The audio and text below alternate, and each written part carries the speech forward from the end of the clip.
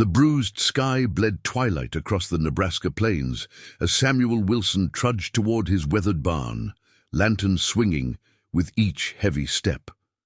A storm was brewing, both outside in the darkening skies and within his heart, empty now for 3 winters since sickness had claimed his wife.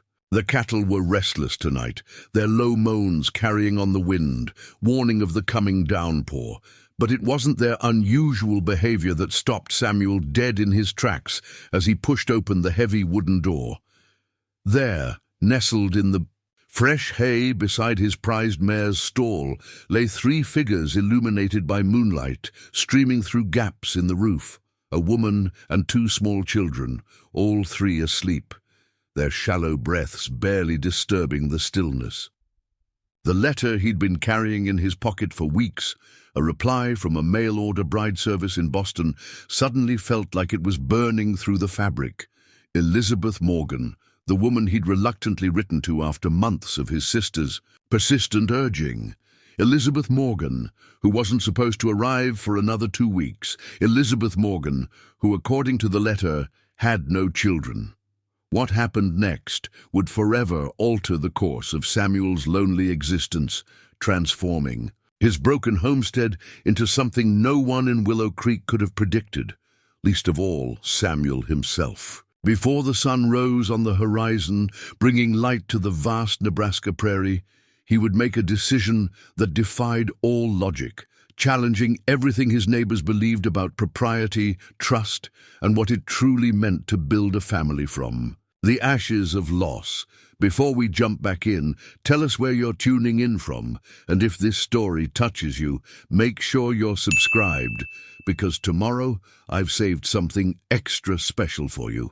The cattle's restlessness had drawn Samuel Wilson from his sparse dinner of lukewarm beans and stale bread. At 42, his once powerful frame had begun to hollow, shoulders slightly stooped from years of working the stubborn Nebraska soil, without complaint. The lines etched around his blue eyes spoke of squinting into harsh prairie suns, while the permanent furrow between his brows told of burdens borne alone. Tonight, like most nights since Rebecca's passing 3 winters ago, Samuel ate at the rough-hewn table alone, the empty chairs a silent rebuke. The house that had once rung with laughter now echoed with absence. Rebecca's absence, their unborn child's absence, and increasingly, the absence of purpose. The 120 acres that had been his pride now seemed an impossible burden. The wheat fields half-tended, the vegetable garden overtaken by weeds. Only the livestock received proper care, as if Samuel reserved his remaining tenderness for creatures who couldn't remind him of all he'd lost. The lantern cast long shadows as he approached the barn, the weathered structure listing slightly to the east after last season's terrible storms. Thunder rumbled in the distance, promising another sleepless night. Willow Creek needed the rain. The whole county had been suffering under a relentless dry spell, but Samuel couldn't muster enthusiasm, even for this blessing. Rain meant mud, mud meant stuck wagon wheels, and every complication felt magnified when faced alone. The letter from Elizabeth Morgan had arrived unexpectedly 3 weeks prior, a response to his reluctant inquiry to the Westwood Wives Matrimonial Agency. His sister Abigail had filled out the form herself, tired of watching her brother wither away in grief. "Your heart's still beating, Samuel," she told him fiercely, "which means you're obliged to use it." The letter bore neat, precise handwriting and practical words. Elizabeth Morgan, 34, educated, experienced with farm life, seeking a fresh start out west. No flowery sentiments or grand promises, just a straightforward proposal that they might suit one another's needs. Samuel had carried it for days, reading it by lamplight, unsure if he was betraying Rebecca's memory or honoring her final whispered wish that he shouldn't face the world alone forever. He'd finally posted his response, affirmative but cautious, just last week. According to the agency's timeline, Elizabeth wouldn't arrive until mid-June, giving Samuel time to repair the sagging porch, replace the broken window in the second bedroom, and perhaps come to terms with the idea of another woman moving through. Rebecca's kitchen, a sharp whinny from his mare Sadie, broke through his thoughts as he pushed open the barn door. The animals were more agitated than usual. Even the typically placid milk cow pawed at her stall floor. "Settle now," Samuel murmured, raising his lantern higher to inspect the shadowy interior. The light caught something unexpected, a worn leather trunk pushed against the far wall, beside it a smaller case with peeling brass fixtures. His breath caught as the lantern's glow fell upon the three figures nestled in the hay. A woman lay curled protectively around two small children, identical girls from the look of them, perhaps 5 or 6 years old, with hair the color of wheat, and cheeks flushed with sleep. The woman's face, partially obscured by a dark tendril of hair, showed the weariness of hard travel, yet even in slumber her arm remained firmly around the children, fingers splayed as if to hold them against any threat. Samuel stood frozen, the lantern trembling slightly in his grip.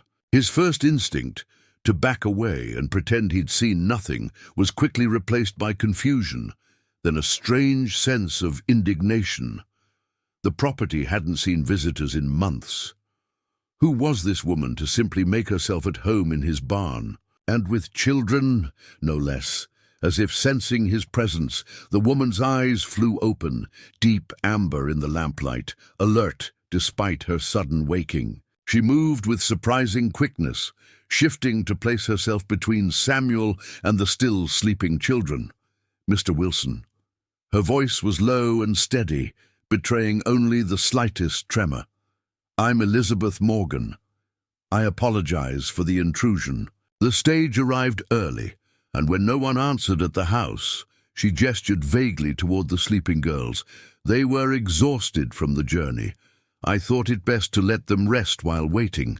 Samuel's mind struggled to process her words. Elizabeth Morgan, the mail-order bride, who wasn't supposed to arrive for 2 more weeks. Elizabeth Morgan, who had never mentioned children in her letter. "Those are your daughters?" The question came out harsher than he'd intended. Something flickered across her face. Caution, perhaps, or resignation. "Yes, Emily and Eleanor, they're 6. She straightened her simple grey travelling dress with dignity, despite having been caught sleeping in hay. "I understand this is unexpected.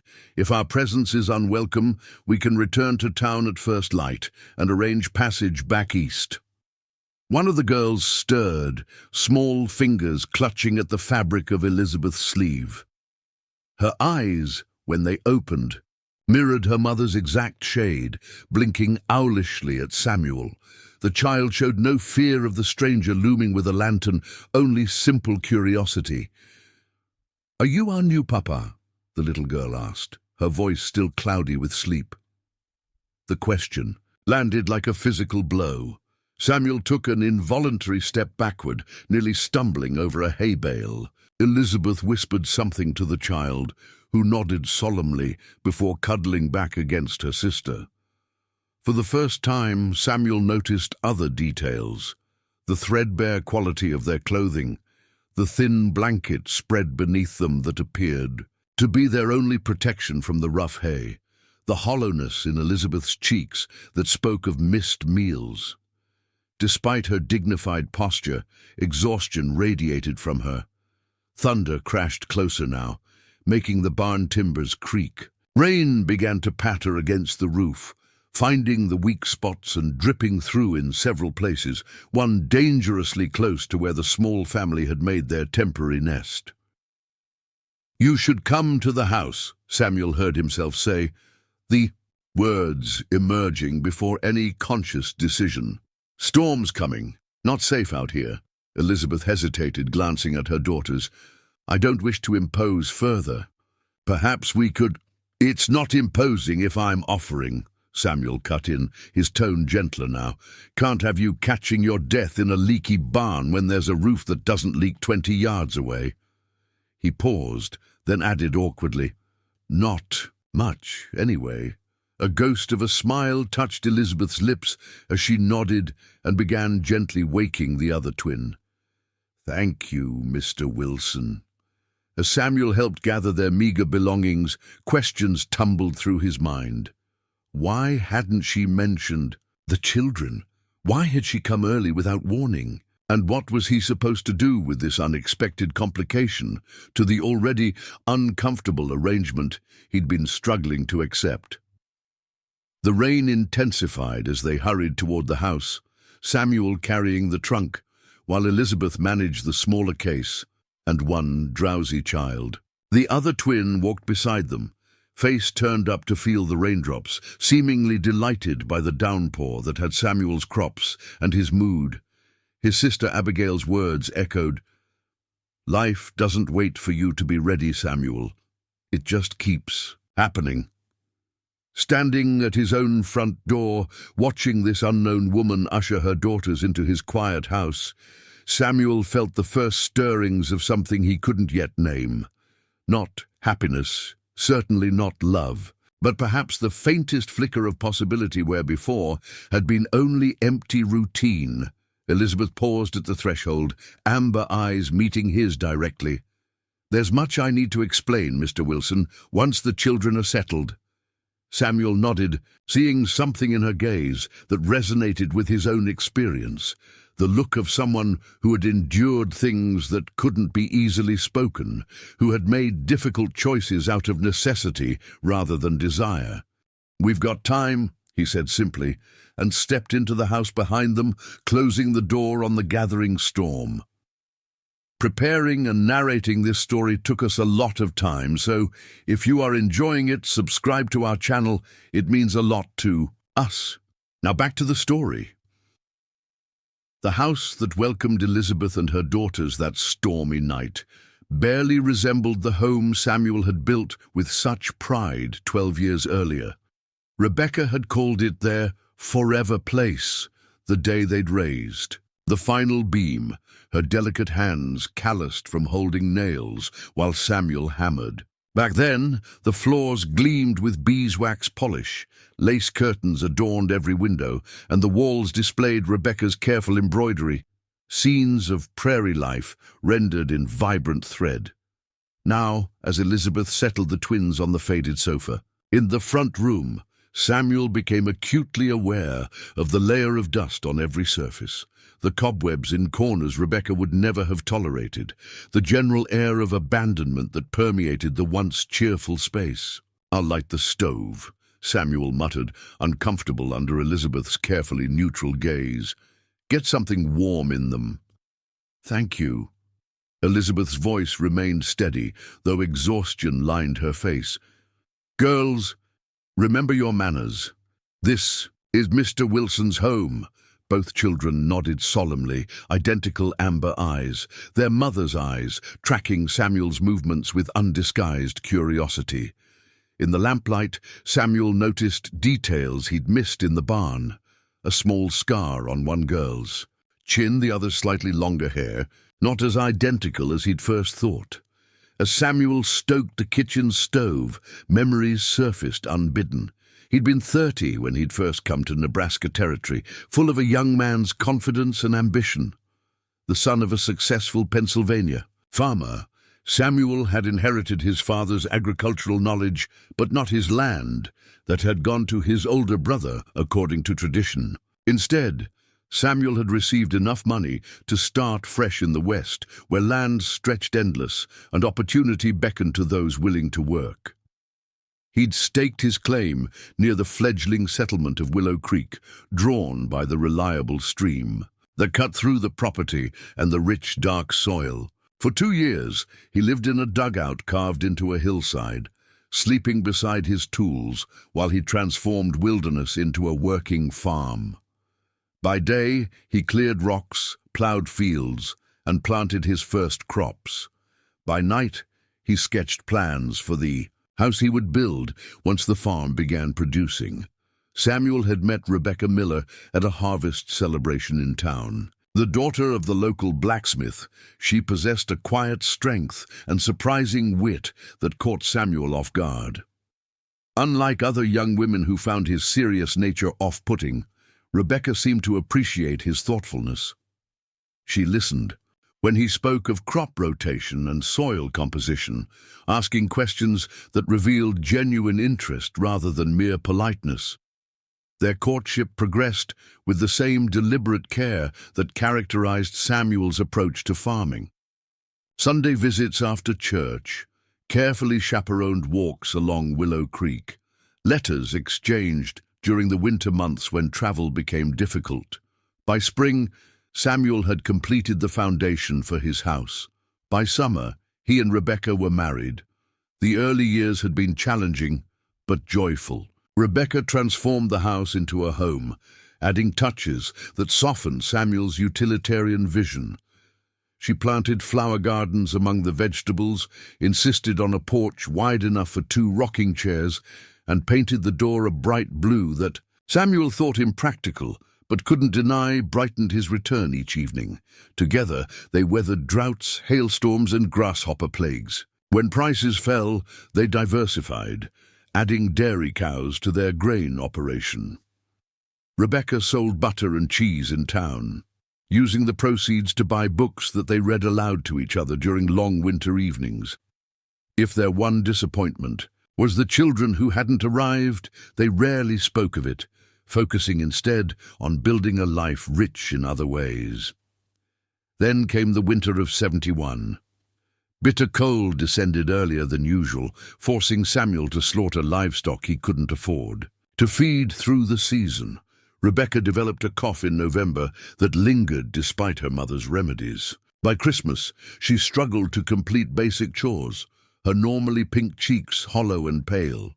Dr. Jenkins from town diagnosed pneumonia and prescribed bed rest, hot compresses, and a tonic that did little except drain their savings. Samuel slept in a chair beside their bed, applying compresses throughout the night, praying with an intensity that surprised him, given his usual stoic approach to faith.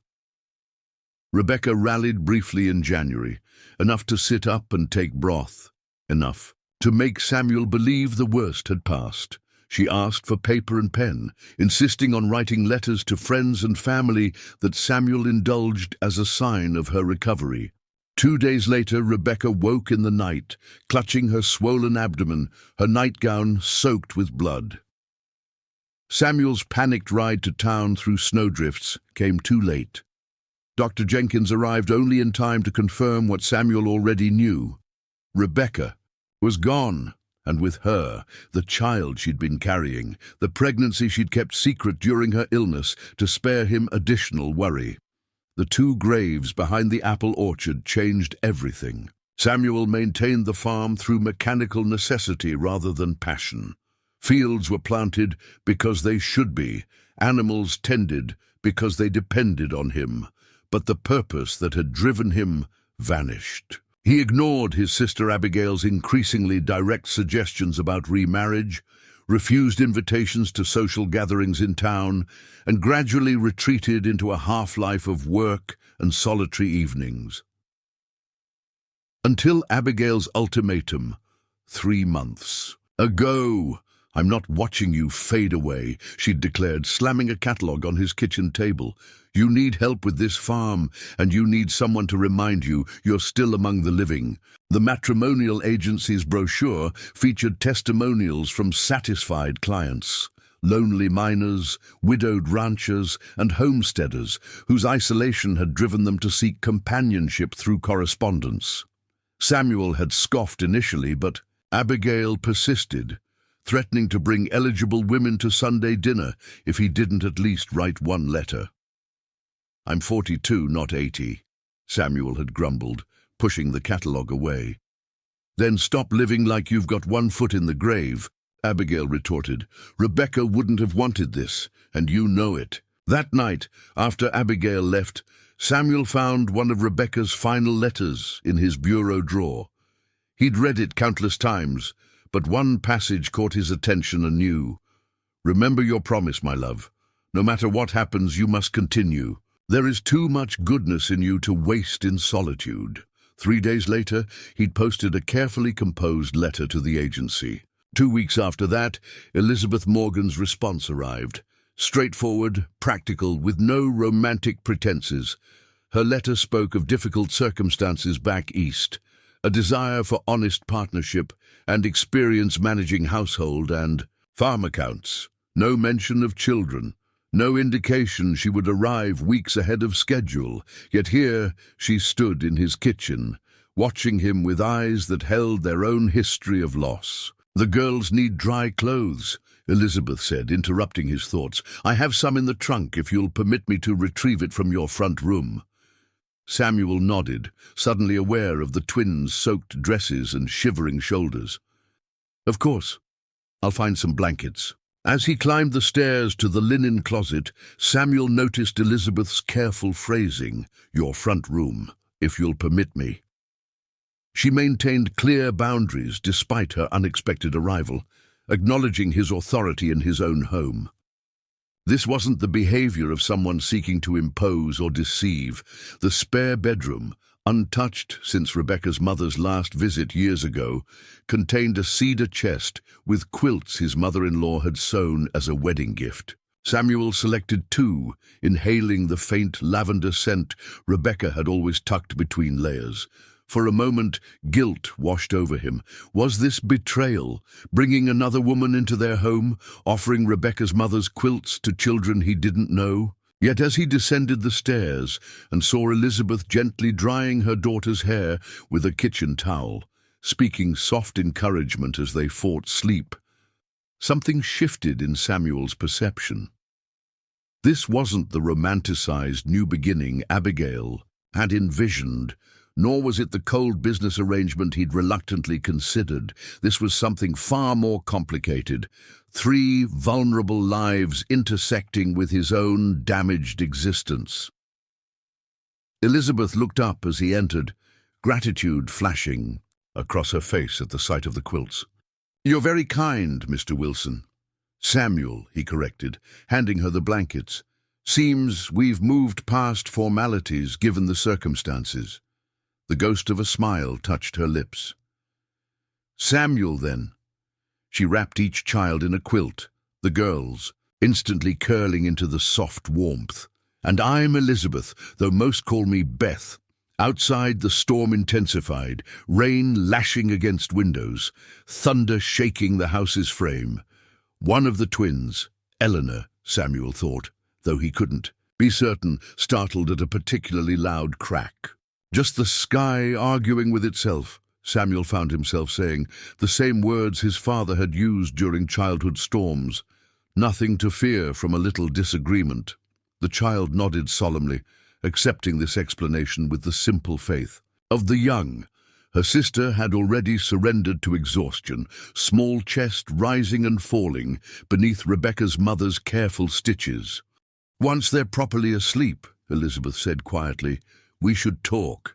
Samuel nodded, recognizing the necessity, but dreading the conversation nonetheless. What explanation could possibly account for the discrepancy between her letter and her arrival? What circumstances had driven a woman to bring young children across the country to marry a stranger? And most troubling, what was he supposed to do now that the simple solution he'd reluctantly accepted had become infinitely more complex? He glanced at the mantel clock. Nearly midnight. Dawn would arrive in 6 hours, bringing with it decisions that couldn't be postponed, and questions from neighbors who would inevitably notice the new arrivals. "And I'll make coffee," Samuel said, retreating to the kitchen where at least he knew exactly what to do. The coffee had grown cold in Samuel's cup as Elizabeth Morgan told her story, her voice steady despite the weight of her words. The twins slept peacefully on the sofa, occasional thunder no longer disturbing their exhausted slumber. Outside, the storm continued its assault, but inside a different kind of tempest brewed as Samuel absorbed Elizabeth's revelations. "The children's father, my husband James, died in a factory accident 2 years ago," Elizabeth explained, her fingers tracing the worn edge of the kitchen table. He left us with debts I discovered only after the funeral. The creditors took our home, our furnishings, everything but what you see in those two trunks." Samuel nodded, recognizing the familiar contours of grief in her composed features. "And your family?" he asked. "My parents passed when the girls were infants. My brother Thomas took us in after James died, but his wife never approved." Elizabeth's mouth tightened momentarily. 3 months ago, Thomas announced they were moving to California. There wasn't room or desire for 3 extra passengers. The clock ticked steadily in the silence that followed. Samuel studied Elizabeth's face, noting the resilience beneath her fatigue. Not yet 40, she retained traces of beauty that hardship hadn't entirely erased. High cheekbones, clear amber eyes, and a certain dignity in how she held herself despite circumstances that would have broken many. "Your letter didn't mention children," Samuel finally said, the unspoken question hanging between them. Elizabeth met his gaze directly. "The agency advised against it. Men want wives, not ready-made families," the woman told me. "I knew it was dishonest, but the alternatives—" She glanced toward her sleeping daughters. "I planned to tell you immediately upon arrival. If you rejected us, we would have continued west with the little money I've saved." "And the early arrival?" "Thomas's patience expired sooner than expected. We were given 3 days to leave." Elizabeth's composure faltered briefly. "The agency had already forwarded your letter accepting my correspondence, so I gathered what we could carry and purchased tickets. I sent a telegram to the Willow Creek station, but I see now it never reached you." Samuel considered her explanation, weighing each detail against his instincts. In his 12 years of farming, he'd developed an eye for storms before they formed, for subtle shifts in animal behavior that presaged trouble, for the 1,000 quiet signals that spoke to those willing to listen. Nothing in Elizabeth's demeanor suggested deception. Desperate circumstances, yes, but not calculated dishonesty. "You've come a long way on uncertain terms," he observed. "I've made a practice of facing reality as it is, not as I might wish it to be," Elizabeth replied, a hint of steel beneath her measured tone. "If our presence creates an impossible situation for you, we'll depart at first light. I ask only for honest words now, rather than reluctant charity that turns bitter." The directness of her approach startled Samuel. Most women of his acquaintance employed indirection and gentle suggestion. Elizabeth Morgan confronted circumstances with the same straightforward assessment he applied to failing crops or ailing livestock. "I'm not given to rash judgments," Samuel said slowly. "What I offered in my letter stands. A practical arrangement between adults who understand life's hardships. The children complicate matters, but not necessarily for the worse." Relief flickered across Elizabeth's features, quickly masked. "And your neighbors? A mail-order bride is scandalous enough in some circles. A woman with children arriving unannounced." "Willow Creek gossips like any small town," Samuel acknowledged. "But I've never much cared for others' opinions. My farm, my business." Their conversation continued as the storm gradually subsided, logistical matters replacing personal revelations. Samuel described the farm's operation: 120 acres, 40 in wheat, 20 in corn, the rest in pasture and woodlot. Elizabeth outlined her experience managing her late husband's accounts, her skill with gardens and preserving, her determination that her daughters receive education despite their circumstances. Dawn approached, the first pale light seeping through rain-washed windows, when Emily, the twin with the small scar on her chin, appeared in the kitchen doorway clutching her quilt. "Mama!" Her voice, small and uncertain, immediately drew Elizabeth's attention. "I'm here, sweet girl," she assured her daughter. "Mr. Wilson has been kind enough to let us stay the night." Emily's amber eyes studied Samuel with solemn assessment beyond her years. "Is this our new home?" The question hung in the air between adults, suddenly aware of time's relentless progress. In a few hours, the farm would demand attention. Animals needed feeding, storm damage required assessment, decisions couldn't be postponed indefinitely. That depends on several things, Samuel answered carefully. Your mother and I are still discussing matters? Emily nodded as if this perfectly reasonable answer satisfied her. Eleanor's still sleeping. She always sleeps longer after we travel. Elizabeth rose, smoothing her rumpled dress. I should check on her, and perhaps freshen up if you wouldn't mind showing me where. Samuel directed her to the washroom off the kitchen, then found himself alone with the child, who continued regarding him with unsettling directness. Do you have any animals? Emily asked suddenly. Quite a few, Samuel replied, surprised into candor. 2 plough horses, 4 dairy cows, chickens, a few pigs, and Sadie, the mare you slept beside last night. Emily's expression brightened. Papa had a horse in the city, but just for his delivery wagon. I wasn't allowed to pet him, because he was for working, not for children. Something about the child's matter-of-fact acceptance of adult boundaries touched Samuel unexpectedly. Farm animals work too, but most don't mind gentle handling in between duties. Could I see them after breakfast? I promise not to disturb. They're working. Her earnestness carried none of the wheedling or manipulation Samuel associated with children's requests from his limited experience with his nieces and nephews. I expect that could be arranged, he found himself agreeing, provided your mother approves. This exchange, mundane as it appeared, shifted something fundamental in Samuel's perception.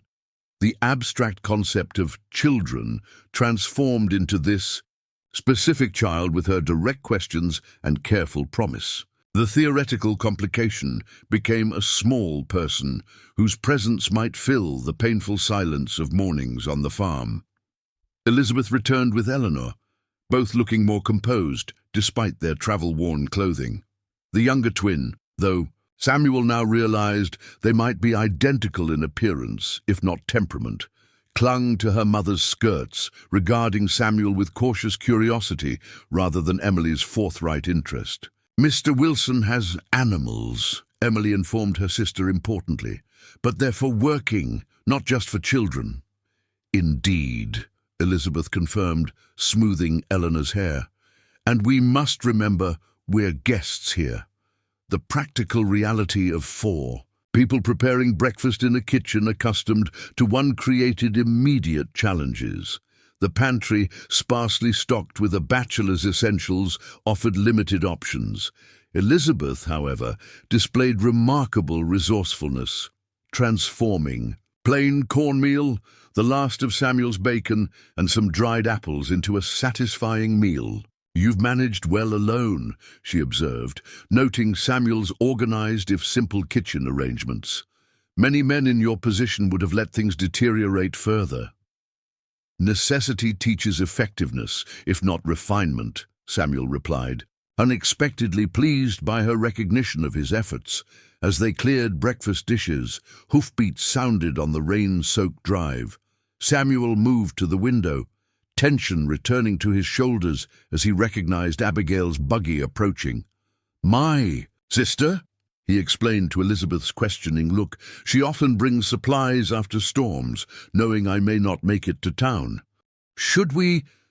Elizabeth glanced at the girls, her meaning clear. Should they hide, pretend to be visitors? The practical questions of impropriety that had been abstract during night's privacy suddenly loomed immediate and concrete. Before Samuel could respond, Abigail's voice called from the porch. Samuel Wilson, I know you're in there. The chimney's smoking and Jensen at the mercantile says you haven't collected your flour order, so you must be running low. 4 pairs of eyes met in the moment of silent communication. Whatever Samuel decided in this moment would set their course irrevocably. Public acknowledgement of Elizabeth and her daughters meant commitment to whatever consequences followed. Concealment might buy time, but would taint any future arrangement with secretiveness. You should know, Samuel said quietly to Elizabeth. Once Abigail meets you, all of Willow Creek will know of your presence by sundown. Elizabeth squared her shoulders, decision visible in her posture. We've faced scrutiny before. The question is whether you're prepared for what follows. Samuel thought of the quiet devastation of the past 3 years, of the mechanical existence he'd endured, of Rebecca's final letter urging him toward life rather than mere survival. He thought of the practical woman before him who had crossed a continent on uncertain hope, and of the children whose presence had already altered the stagnant air of his home. "Samuel," Abigail called again, the doorknob rattling as she tested her usual freedom to enter unannounced. The catastrophic moment had arrived, not in thunder and violence as Samuel might have expected, but in the simple necessity of opening his door to the future, whatever form it might take. "Wait here," he told Elizabeth, a plan forming with unexpected clarity. "There's something I need to discuss with my sister first." Elizabeth nodded, though confusion clouded her features. The twins pressed closer to their mother, sensing the tension without understanding its source. Samuel stepped onto the porch, closing the door firmly behind him. Abigail, arms full of parcels, blinked in surprise at his uncharacteristic blockade. Of her entry, "What on earth, Samuel? I've brought provisions, and it looks like your roof leaked again, in that northwest corner." "I need Pastor Thornton," Samuel interrupted, his voice steadier than he'd expected. "Can you fetch him? It's urgent." Abigail's expression shifted from confusion to alarm. "Are you ill? Has something happened?" "Nothing's wrong," Samuel assured her, the truth of this statement surprising him even as he spoke it. "But I require the pastor's services this morning, as soon as he can come. Samuel Wilson, you tell me this instant what's going on." Abigail demanded, craning her neck to peer past him toward the suspiciously quiet house. Samuel took the parcels from his sister's arms, setting them carefully on the porch bench. "I'll explain everything when you return with Pastor Thornton. Please, Abigail, this is important." Something in his tone, perhaps the unaccustomed certainty or the absence of the dull resignation she'd grown accustomed to, silenced further objections. Abigail studied her brother's face, noting subtle changes she couldn't quite identify. "I'll return within the hour," she promised, backing toward her buggy. "And Samuel, whatever you're planning had better make sense when I get back." As his sisters' buggy disappeared down the rain-rutted drive, Samuel returned inside, where Elizabeth waited, questions evident in her expression. "Why do you need the pastor?" she asked directly. Samuel drew a deep breath, the decision crystallizing as he spoke. "Because I believe we should be married. Today. Before noon." Elizabeth stared at Samuel, certain she had misheard. "Married? Today?" "It solves the immediate problem," Samuel explained, his practical farmer's mind having reduced complex emotional terrain to a matter of efficient problem-solving. "Your reputation preserved, the children secure, the neighbors' gossip curtailed before it begins. Mr. Wilson, Samuel," Elizabeth countered, her voice low to prevent the girls from overhearing. "Marriage isn't something to be entered into merely to avoid gossip. We barely know each other. What we know is this. You need security for yourself and your daughters. I need help with the farm and household." Samuel's directness mirrored her own from their earlier conversation. "Our correspondence suggested compatibility in temperament and expectations. The only change is timing and circumstances." By circumstances, they both understood he meant the twins, who now sat at the kitchen table sharing an apple Samuel had sliced for them. Eleanor had begun to emerge from her shyness, whispering something that made Emily giggle, the first childish sound the house had heard in years. "You can't possibly be certain," Elizabeth pressed. "Not after one night. I've spent 3 years making no decisions at all," Samuel replied with unexpected candor. "Perhaps it's time to make one, even without complete certainty." Before Elizabeth could respond, a small voice interrupted. "Mamma, are we staying here?" Eleanor asked, her previous reserve giving way to the natural curiosity of childhood. Elizabeth and Samuel exchanged a look loaded with unspoken complexities. Despite her misgivings about the hasty proposal, Elizabeth recognized the practical truth in Samuel's assessment. Their situation was precarious. No respectable household would employ a woman with 2 children. Their meager savings wouldn't last. A month. The alternatives, charity houses or worse, were unthinkable. "We're discussing that, sweetheart," Elizabeth answered her daughter, buying time. Samuel moved toward the window, giving Elizabeth space to think. "Pastor Thornton is a good man," he said quietly, "not prone to judgment or gossip. If you prefer a longer acquaintance before decisions are made, he could perhaps suggest a respectable arrangement. Temporary employment, perhaps." The offer of an alternative confirmed Elizabeth's growing impression of Samuel Wilson's character. Despite his abrupt proposal, he wasn't attempting to trap or coerce her. He offered choice, limited as their options might be. "And if we were to marry today," Elizabeth ventured carefully, "what would you expect?" Samuel turned from the window, his expression thoughtful. "A practical partnership. Your help with the farm and household. Proper care for the children." He paused, seeming to search for appropriate words. "In other matters, I would expect nothing beyond what developed naturally with time and comfort." The delicate reference to marital relations brought color to Elizabeth's cheeks. But she appreciated his forthright address of a topic most men would have left dangerously ambiguous. "And the children? They would have security, education, and whatever care I could provide," Samuel answered simply. "I'm not experienced with children, but I'm capable of learning." The clock ticked relentlessly on the mantel. Soon, Abigail would return with the pastor, expecting explanations. The temporary reprieve granted by the storm was ending. Reality pressed in with each passing minute. "Very well," Elizabeth decided, drawing on the same pragmatic courage that had carried her across the country. "If Pastor Thornton finds no impediment, we will marry today." Samuel nodded, neither triumphant nor emotional, simply accepting. "I'll speak with him privately first, explain the circumstances truthfully." "All of them?"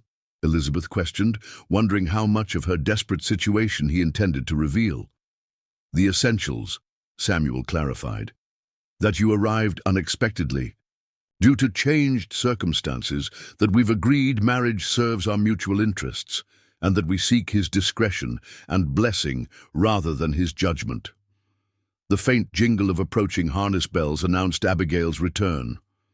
Samuel moved toward the door, then paused, seeming to remember something. From a drawer in the sideboard, he withdrew a small wooden box that had gathered dust since being placed there 3 years earlier. "These were Rebecca's," he said, opening the box to reveal a simple gold band and a modest brooch set with a single pearl. "The ring should fit. The brooch, perhaps you might wear it for the ceremony. It would seem appropriate." Elizabeth understood the significance of this offering. These weren't merely convenient jewels, but symbols of Samuel's acceptance that his past and future could coexist. She accepted the box with appropriate solemnity. "I would be honored." The next 2 hours passed in a blur of preparations. Pastor Thornton, after a lengthy private conversation with Samuel, emerged from the study with an expression of cautious approval. He spoke briefly with Elizabeth, his questions direct but not unkind, focusing on her understanding of the arrangement and her willingness to proceed without coercion. Abigail, once the initial shock subsided, transformed into a whirlwind of practical assistance. She helped Elizabeth press her best traveling dress, arranged the twins' hair with ribbons discovered in her reticule, and even produced a small cake from the provisions she'd brought. "Just a seed cake for your pantry, but it will serve as a wedding cake in a pinch." By 11 o'clock, the small group gathered in Samuel's front room. Emily and Eleanor, now understanding the momentous occasion, stood solemn and wide-eyed beside their mother. Abigail dabbed at tears she insisted were merely surprise, not sentiment. While Pastor Thornton prepared his prayer book, the ceremony itself was brief, the traditional words oddly powerful in their plainness. Samuel's hand felt warm and solid as it held Elizabeth's, his voice steady as he repeated his vows. When he slipped Rebecca's ring onto her finger, a perfect fit as he'd predicted, Elizabeth felt the weight of its history alongside the promise of its future. By the authority vested in me, I now pronounce you husband and wife, Pastor Thornton declared. What God has joined together, let no man put asunder. No kiss followed this pronouncement, an omission mutually understood without discussion. Instead, Samuel and Elizabeth signed the marriage certificate Pastor Thornton had hastily prepared, followed by Abigail and Pastor Thornton as witnesses. "Well, Mrs. Wilson," Abigail said, the first to use Elizabeth's new name, "welcome to the family?" Her smile, though still bewildered, seemed genuine enough. By noon, Pastor Thornton had departed with promises of discretion, though all present understood that Willow Creek would buzz with the news before sundown. Abigail lingered to help prepare a proper meal, and Elizabeth suspected to satisfy her burning curiosity about the new nieces suddenly thrust upon her. "They're lovely children," Abigail commented, as she and Elizabeth washed dishes, while Samuel showed the girls the barnyard as promised earlier. "Emily's directness reminds me of you, Samuel, though I'd never have said so before seeing you together." Samuel, unaccustomed to observations linking him with children in any capacity, merely nodded, yet Elizabeth noticed how his expression softened when Emily tugged his hand, pointing toward the chicken coop. The gruff, solitary farmer who had greeted them by lantern light bore little resemblance to the man who now patiently explained to two city-raised girls why hens scattered at their approach. The normalcy of the scene, a family completing daily chores, belied the extraordinary circumstances of its creation. Less than 24 hours earlier, they had been strangers. Now they were legally bound, their futures irrevocably entwined. After Abigail finally departed, extracting promises of a proper Sunday dinner the following week, the artificial energy of the momentous day began to fade. Reality settled around the new family like dust after a storm. Immediate danger passed, but the landscape irrevocably altered. "The girls should rest," Elizabeth suggested, noting their drooping eyelids despite valiant efforts to absorb every detail of their new surroundings. "Is there somewhere they might nap?" "The second bedroom," Samuel replied.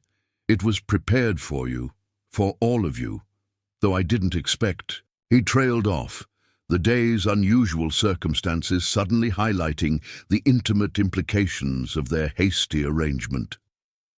Elizabeth appreciated his discomfort, sharing it herself. "For now, the girls and I can share that room. Later, perhaps. Other arrangements?"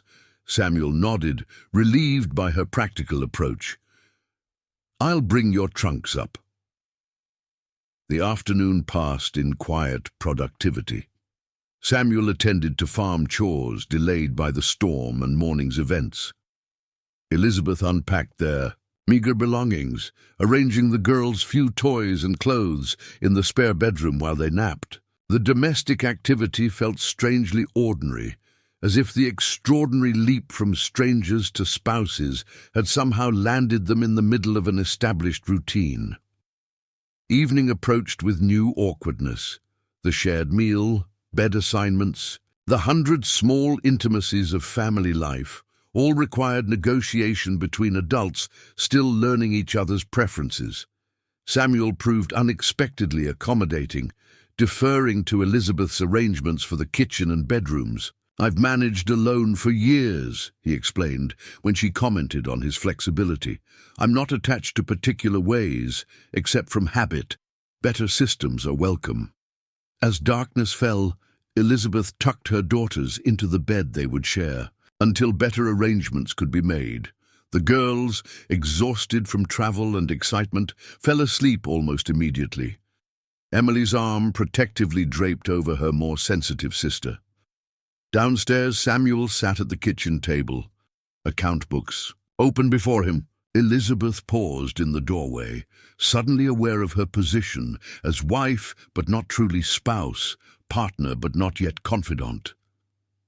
"Would you prefer privacy?" she asked. "I could retire early." Samuel glanced up, seemingly surprised by the question. "Not at all. I'm reviewing our situation, our financial position. You should know where we stand." The "our" and "we" struck Elizabeth forcefully, pronouns acknowledging shared fate. She sat across from him, accepting his willingness to include her in practical matters immediately, even as personal connection would require time to develop. "The farm is solvent, but not prosperous," Samuel explained, showing her neat columns of figures. "The mortgage is manageable with careful planning. We grow most of what we eat, sell grain and dairy to cover necessities, but there's little cushion for emergencies."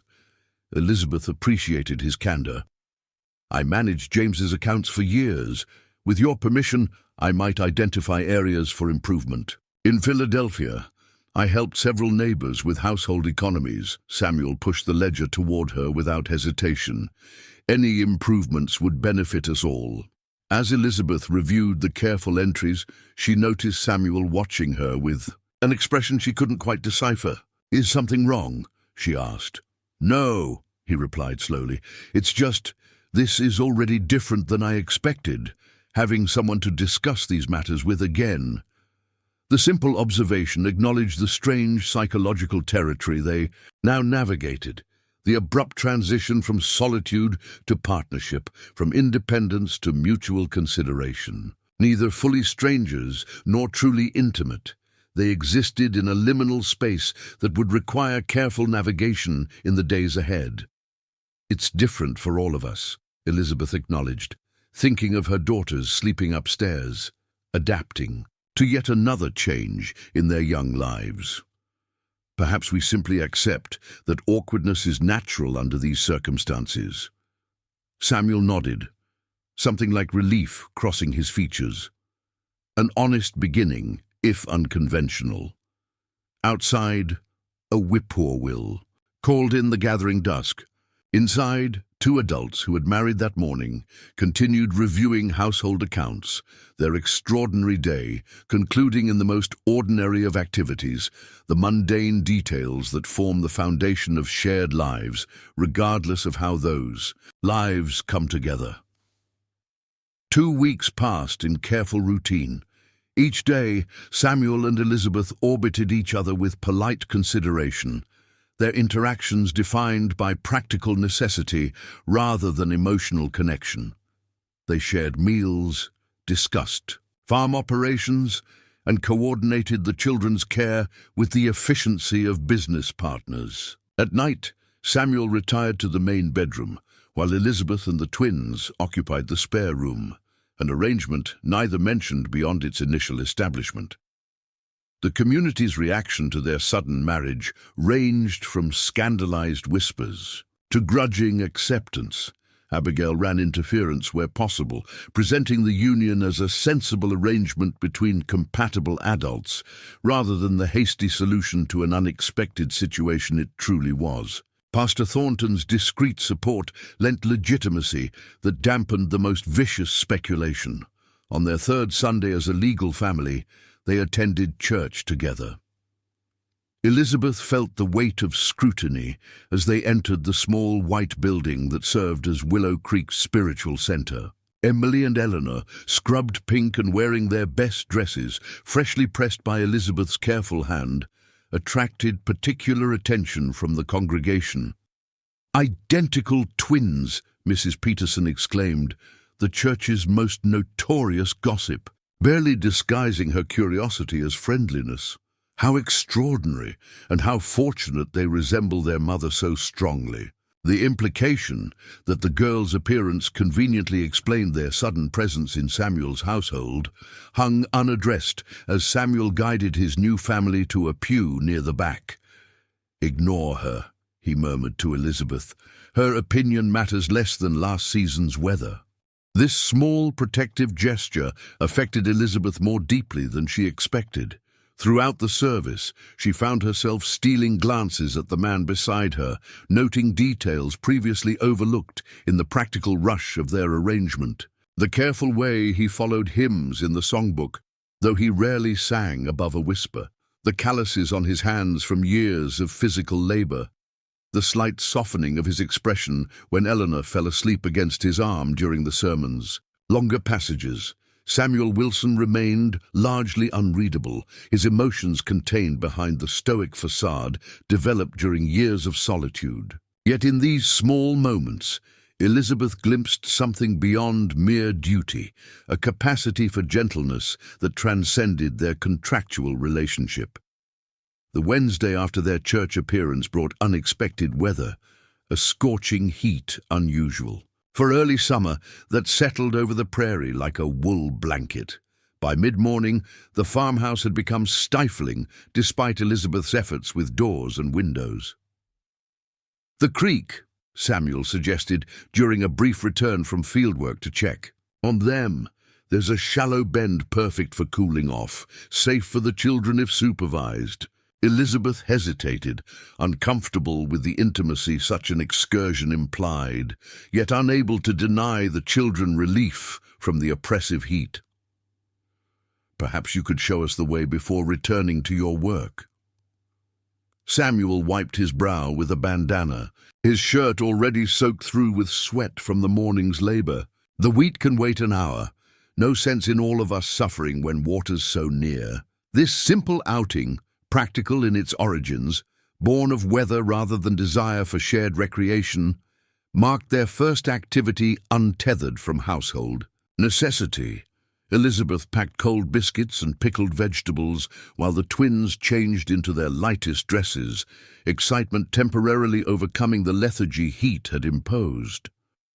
The creek lay a quarter-mile from the house, reached by a path that wound through a small stand of cottonwoods. Samuel led them single file, occasionally extending a hand back to steady Eleanor when the path grew uneven. The gesture appeared automatic, without the self-conscious awkwardness that typically characterized his interactions with the children. "Here," he announced, as they reached a natural bend where the creek widened and slowed, deep enough for comfort, shallow enough for safety. The setting possessed unexpected beauty. Willows trailed delicate branches into clear water, creating dappled shade across the surface. Small fish darted in the shallows, catching sunlight on silver scales. A flat boulder offered perfect seating for adults supervising water play. "It's lovely," Elizabeth remarked, genuine appreciation in her voice. "How did you discover this particular spot?" Something flickered across Samuel's features, memory perhaps, or hesitation. "Rebecca and I used to picnic here during our first years on the farm, before the house was completed." The mention of his first wife, rare in their daily interactions, hung between them momentarily. Elizabeth respected the boundaries Samuel maintained around Rebecca's memory, never inquiring beyond what he volunteered, yet sensing the profound influence that loss continued to exert. "Thank you for sharing it with us," she said simply, acknowledging both the physical location and the emotional territory its history represented. Samuel nodded, then turned his attention to the practical matter of helping the twins safely enter the water. Emily waded in confidently, squealing with delight at the cool relief, while Eleanor required gentle coaxing and Samuel's steady hand. "I'll stay at the edge," he assured the more timid twin. "Just there on that rock where I can reach you if needed." This promise, delivered without condescension, earned him Eleanor's tentative trust. She gradually ventured deeper, her initial fear giving way to pleasure as the heat's oppression lifted in the gentle current. Elizabeth sat on the bank, her skirts carefully arranged, watching this unexpected tableau. Her daughters and this man, who was legally their stepfather, but remained emotionally a stranger, finding momentary connection through simple play. Samuel had removed his boots and rolled his pant legs, allowing the water to cool his feet while maintaining a watchful position. "Mama, look!" Emily called, having discovered a tiny crayfish hiding beneath a rock. "Mr. Samuel says they're like little river soldiers with armor." "Samuel," he corrected gently, "not Mr., remember?" The correction, delivered without rebuke, addressed the awkward formality the children had maintained despite weeks under the same roof. Eleanor and Emily exchanged glances, their twin communication requiring no words. "Samuel," Eleanor tried. Cautiously, the familiar address clearly uncomfortable on her tongue. "That's right," he encouraged, uncharacteristic warmth in his tone. "And perhaps when you're comfortable, there might be other names that feel more natural, but there's no hurry for that." The implication that father or papa might someday replace Samuel created a lump in Elizabeth's throat. Despite their hasty arrangement, he offered her children the possibility of genuine family connection without demanding immediate emotional compliance. As the children played in the shallows, Elizabeth found herself studying Samuel with new appreciation. Beneath the pragmatic farmer's exterior, she glimpsed something she hadn't fully recognized during their brief acquaintance: a deep capacity for patience, a willingness to allow relationships to develop at their natural pace rather than forcing connections to satisfy his own needs. Their picnic lunch, shared on a blanket Elizabeth had brought, unfolded with unusual ease. The formal politeness that characterized their meals at home gave way to more natural interaction, as Samuel identified birds calling from nearby trees and explained why certain plants grew along the water's edge. "You know a great deal about natural and things," Elizabeth observed. Samuel shrugged slightly. "Living close to the land teaches observation. My father started my education, but experience has been the better teacher." "Our papa worked in an office," Emily volunteered unexpectedly. "He counted other people's money and wrote in big books." The mention of James Morgan, the first Elizabeth had heard from either child since their arrival, created a moment of suspended tension. Samuel, however, responded with simple acknowledgement. "Different work, but important too," he said. "Running a farm requires similar record-keeping. Your mother has already improved our account books considerably." This easy validation of James's memory and Elizabeth's contributions eased the potential awkwardness of the moment. Eleanor, emboldened by the open conversation, ventured her own question. "Did you always live on a farm?" she asked Samuel, genuine curiosity overcoming her habitual shyness. "I grew up on one in Pennsylvania," he replied, including both twins. In his answer, "But it belonged to my father and went to my older brother when he died. This land is mine, ours, because I came west to find it." "Like we came west to find you," Emily stated with a child's direct logic. Samuel glanced at Elizabeth, something unreadable passing across his features before he responded carefully. "I suppose there's truth in that, though none of us could have predicted exactly how our paths would cross." The simple acknowledgement of their unusual circumstance, delivered without discomfort or resentment, shifted something in their collective dynamic. For the first time, they had acknowledged their situation not merely as a practical arrangement, but as a journey that had brought 4 separate lives into unexpected intersection. When Samuel eventually stood to return to his fieldwork, the twins expressed genuine disappointment rather than the polite acquiescence that typically characterized their interactions. "Couldn't you stay longer?" Emily asked, while Eleanor's expression silently echoed the request. "The wheat needs attention." "Before sunset," Samuel explained, the responsibility in his tone softened by genuine regret. "But perhaps we might return another evening when work is finished." This promise, their first planned family activity beyond church attendance and necessary errands, represented a small but significant evolution. As Elizabeth gathered the remains of their picnic, she noted Samuel's lingering glance toward the girls now hunting for pretty stones along the creek's edge. "They've taken to you," she observed quietly. "They're good children," Samuel replied, uncharacteristic emotion briefly visible. adaptable in ways I wouldn't have expected. Children often surprise us with their resilience, Elizabeth agreed, thinking of all her daughters had endured in their young lives, though it helps when they're treated with consistency and respect. Samuel nodded, seeming to understand she was acknowledging his approach rather than merely offering general wisdom.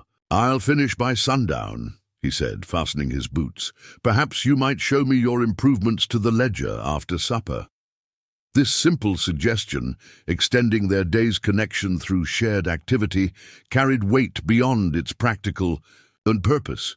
As Samuel departed, hat replaced against the still fierce sun, Elizabeth watched him from the creek bank, aware that something fundamental had shifted during their brief respite from routine.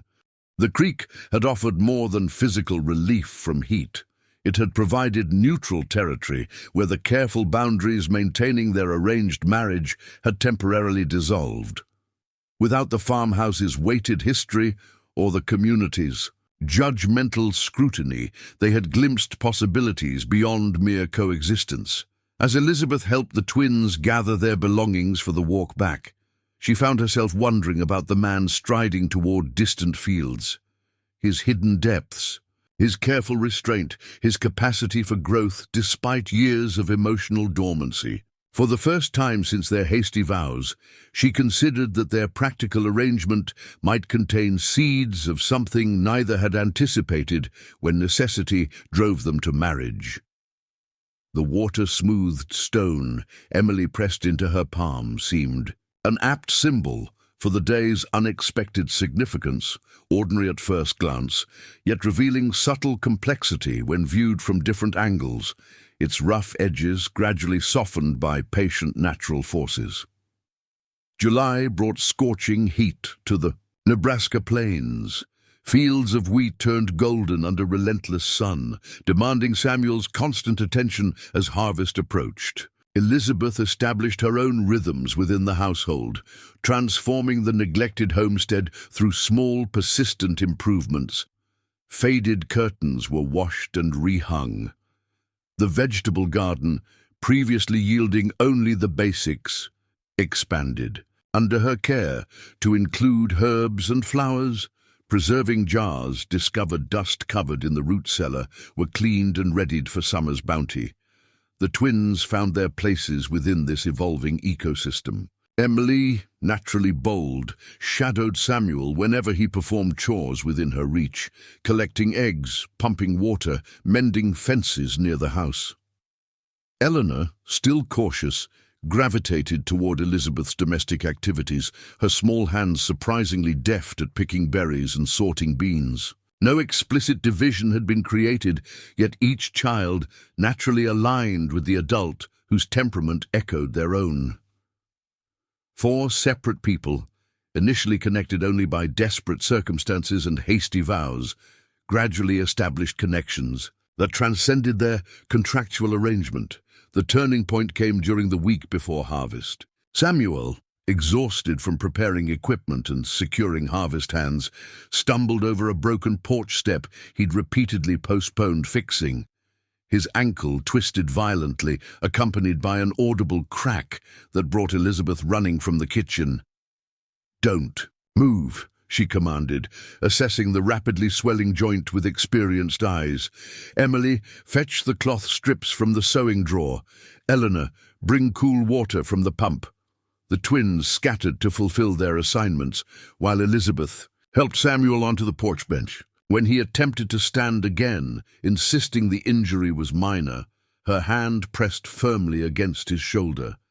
"The wheat won't harvest itself if you break your ankle completely," she stated pragmatically.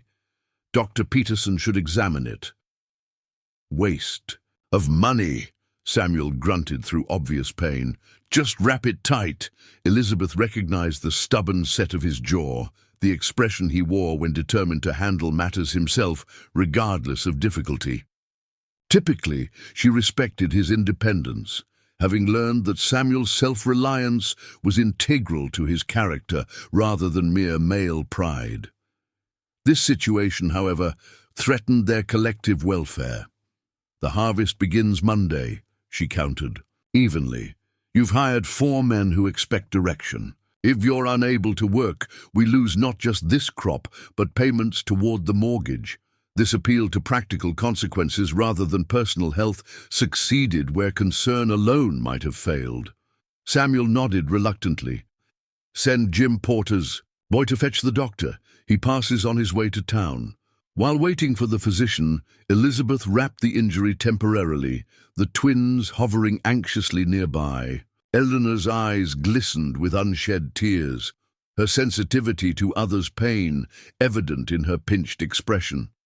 Emily, conversely, bombarded Samuel with practical questions about harvest preparations, inadvertently providing distraction from his discomfort.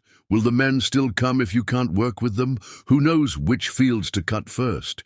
Should I help sharpen the scythes like you showed me?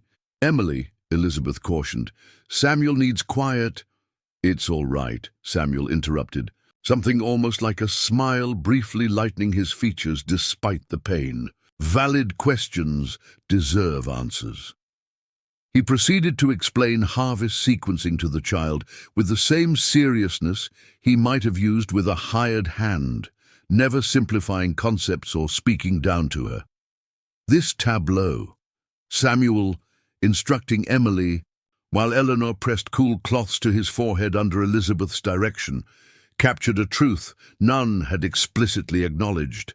They were functioning increasingly as a family unit rather than individuals bound by circumstance. Dr. Peterson, upon arrival, confirmed a severe sprain rather than a break, but his instructions devastated their preparations. No weight-bearing for minimum 5 days, preferably 7, elevation, cold compresses, tight wrapping. 7 days? Samuel protested, calculating mentally. The wheat will over-ripen, and you'll permanently damage that ankle if you ignore. Medical advice, the doctor interrupted, familiar with farmers' stubborn disregard for personal well-being. You won't be much use to this farm on a permanent limp. After the doctor's departure, a heavy silence descended on the household. Samuel retreated into tight-lipped frustration, his expression darkening as he contemplated the potential disaster looming before them. Elizabeth sent the twins to feed chickens, providing momentary privacy for the conversation that couldn't be postponed. The harvest must proceed, she stated, taking the chair opposite Samuel's position on the sofa, where his elevated ankle rested on cushions. Tell me exactly what needs to be done. Samuel's initial reaction combined dismissal and disbelief. Farm management isn't household accounts, Elizabeth. You can't possibly— No, she agreed calmly. I can't swing a scythe or drive a team, but I can direct those who can, provided I have clear instructions. Her gaze held steady. Unless you'd prefer risking everything you have built here. The slip didn't escape Samuel's notice. The "we" before her hasty correction revealed how thoroughly Elizabeth had integrated herself into the farm's operation in just 2 months. His eyes studied her with new consideration, weighing options against necessities. You'd need to ride. Out to each field, he said slowly. Inspect ripeness, direct the cutting order. Ensure the men properly shock the grain for drying. Negotiate fair payment based on work quality. His tone implied doubt, though not outright rejection. I managed contractors in Philadelphia when James traveled, Elizabeth replied, a rare reference to her first husband. Men who believed themselves beyond a woman's oversight until proven otherwise. Something shifted in Samuel's expression. Respect, edging out doubt as he recognized the strength underlying Elizabeth's typically gentle demeanor. The ledger in my desk contains harvest records from previous years, ripeness indicators, cutting sequences, payment standards. This concession, sharing, his private records, trusting her judgment, represented more than practical necessity. Samuel Wilson, who had maintained rigorous independence even among male neighbors, was acknowledging Elizabeth as a genuine partner rather than merely a convenient helpmate. The following days transformed their household.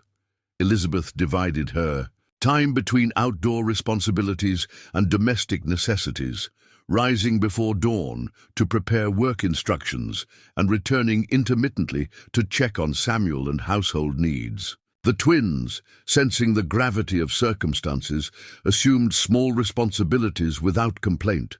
Eleanor managing simple meals, while Emily relayed messages between house and field.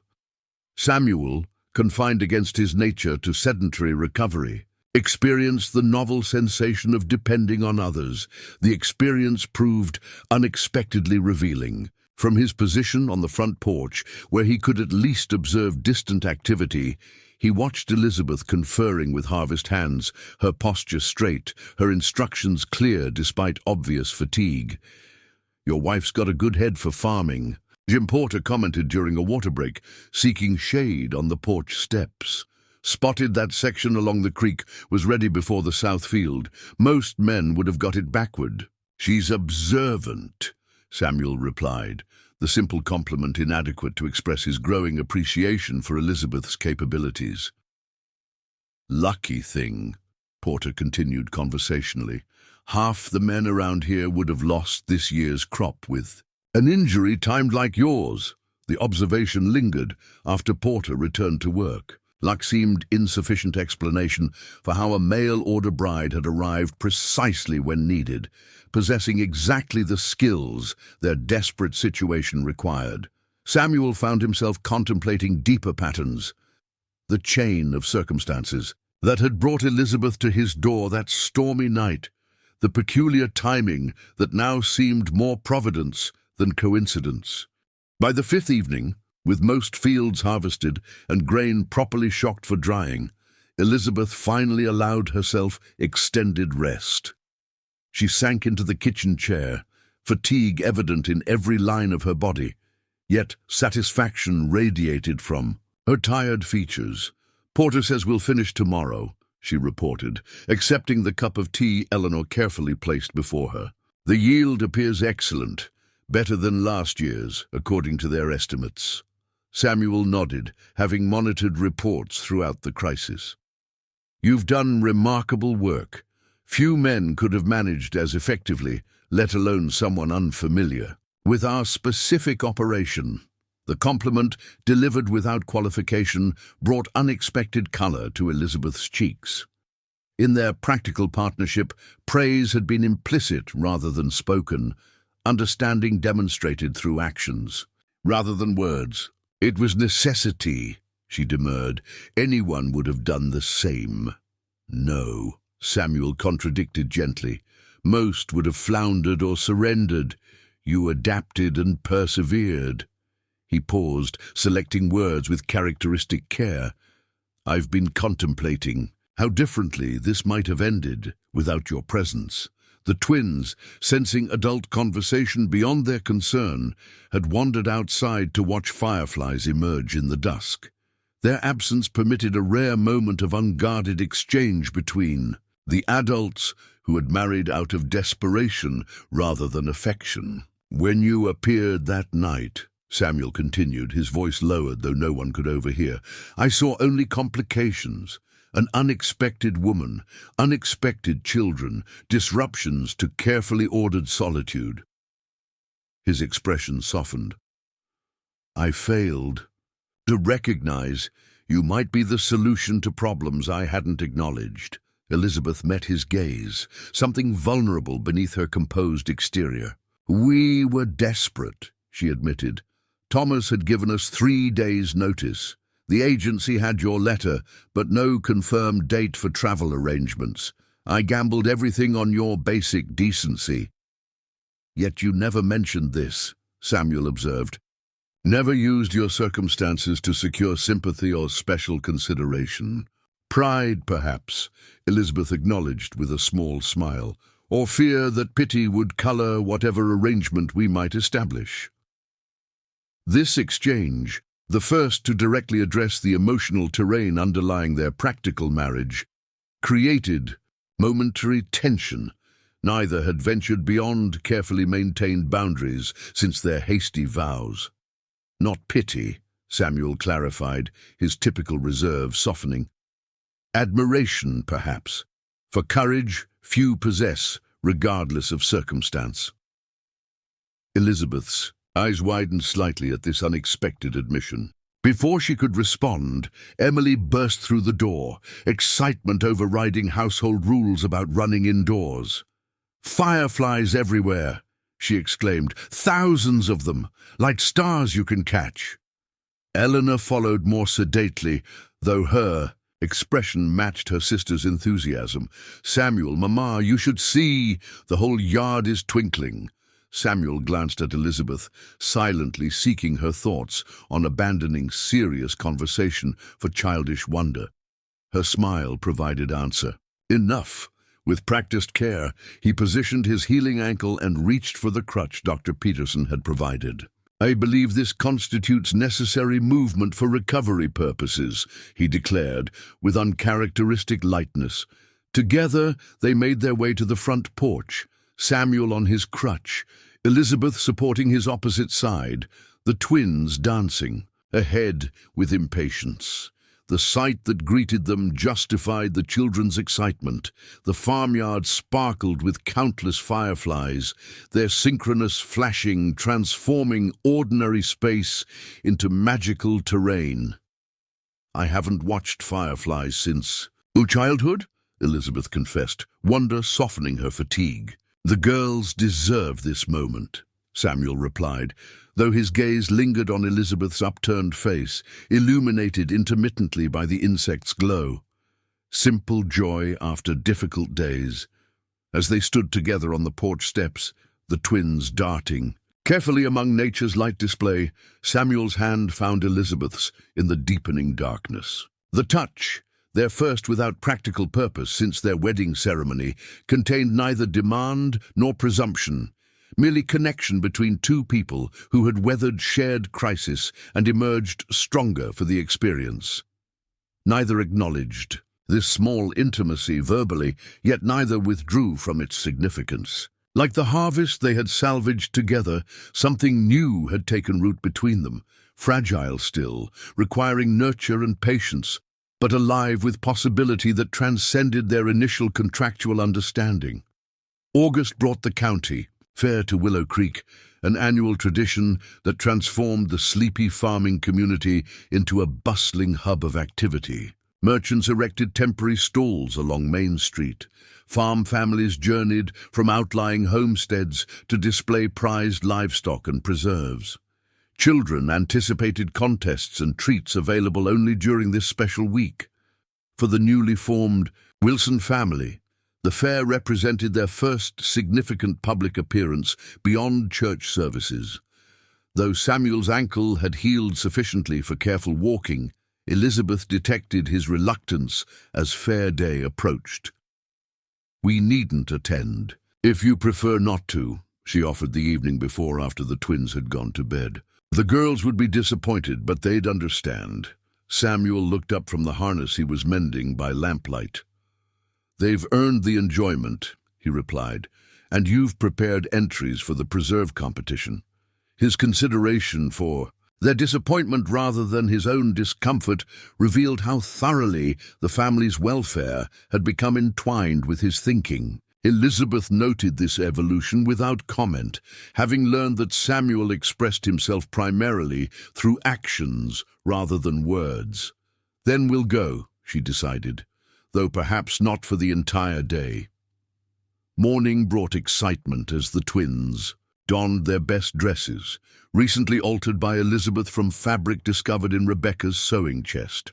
Samuel had wordlessly placed the trunk of his first wife's possessions in their bedroom 3 weeks earlier, a gesture whose significance wasn't lost on Elizabeth. Access to these materials represented more than practical provision. It acknowledged her permanent place in the household. The 10-mile journey to town passed pleasantly. Samuel handled the wagon while Elizabeth pointed out wildlife to the girls, their exclamations of delight warming the late summer air. For all practical appearances, they resembled countless other farm families, converging on Willow Creek that morning, parents and children sharing simple anticipation of communal celebration. Reality's complexities reasserted themselves upon arrival. As Samuel helped them from the wagon, Elizabeth noticed the subtle shift in his posture, shoulders squaring against anticipated scrutiny, jaw tightening beneath his neatly trimmed beard. This public arena would test the fragile bonds they'd formed in private. The Wilson family, boomed Herbert Jenkins, the town's most prominent merchant, approaching with exaggerated geniality. Quite the transformation since spring, Samuel. Marriage and fatherhood in one sudden swoop. The comment, though delivered with apparent goodwill, carried undercurrents of the town's lingering curiosity about their hasty arrangement. Samuel's hand tightened briefly on the wagon rail before he nodded. Acknowledgement. "Jenkins," he replied simply, neither encouraging further commentary nor displaying offense. Elizabeth stepped into the momentary awkwardness. "Mr. Jenkins, I don't believe you formally met Emily and Eleanor. Girls, Mr. Jenkins owns the mercantile where we purchase supplies." The twins executed perfect curtsies, their Philadelphia manners surfacing in this formal introduction. "Pleased to meet you, sir," they chorused with such synchronized politeness that Jenkins blinked in surprise. "Well now," he recovered. "Aren't you proper young ladies? Mrs. Wilson must be teaching you excellently." "Samuel helps too," Emily volunteered. "He's teaching us about wheat varieties and why different soils need different seeds." This simple statement, revealing domestic details of Samuel's interaction with the children, created visible ripples among nearby listeners. The taciturn farmer who had existed on Willow Creek's periphery for years, emerging only for necessary business, was apparently offering agricultural education to his new daughters. Elizabeth felt Samuel tense beside her, uncomfortable with this public glimpse into their private life. She placed a steadying hand on Eleanor's shoulder. "We should deliver my preserve entries before judging begins," she suggested. "Girls, would you like to see the livestock exhibits afterward?" Their departure from Jenkins' circle provided temporary reprieve, but Elizabeth recognized the pattern that would characterize their day. The community's curiosity about their unconventional family formation remained robust despite 2 months having passed since their wedding. Each interaction would require careful navigation between privacy and reasonable social participation. The preservation competition offered neutral territory. Elizabeth's entries, strawberry preserves and pickled beans, joined dozens of colorful jars submitted by area women. The judges, stern-faced farm wives with decades of experience, evaluated each submission with scientific precision, discussing consistency and color in hushed, authoritative tones. "Your first entry?" asked Martha Simmons, a gray-haired woman whose weathered face suggested decades under prairie sun. "Yes," Elizabeth acknowledged, "though I've been preserving since girlhood in Philadelphia. Eastern methods don't always suit. Western produce," Martha observed without malice. "Different water, different soil, changes everything, but these show promise." She nodded toward Elizabeth's strawberry preserves. "Good color retention."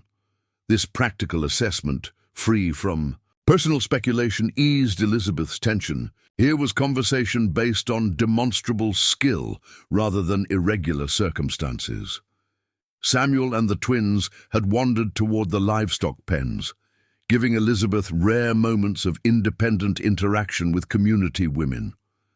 As she helped arrange competition entries, conversation flowed around her, gradually including her as participants assessed her knowledge of household arts. "Samuel seems improved these past months," commented Abigail, who had joined the preservation committee. "Less hollow-eyed, participates in conversation beyond monosyllables." "The girls have been good for him," Elizabeth replied carefully. "Children bring necessary life to a quiet house." This neutral observation earned approving nods from several women. "Men need purpose beyond work," Martha Simmons stated with authority, born of 50 years' marriage. "Children provide that when wives alone cannot." Elizabeth gathered these small insights into community values, recognizing that her family's acceptance depended partly on demonstrating alignment with local expectations.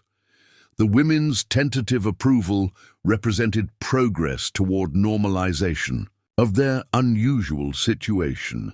The real challenge emerged after midday when families gathered for the children's competitions. The twins, initially hesitant about participating, had been coaxed into entering the sack race by Samuel's unexpected encouragement. "No obligation to win," he'd told them that morning. "Just experience it fully. New memories worth having."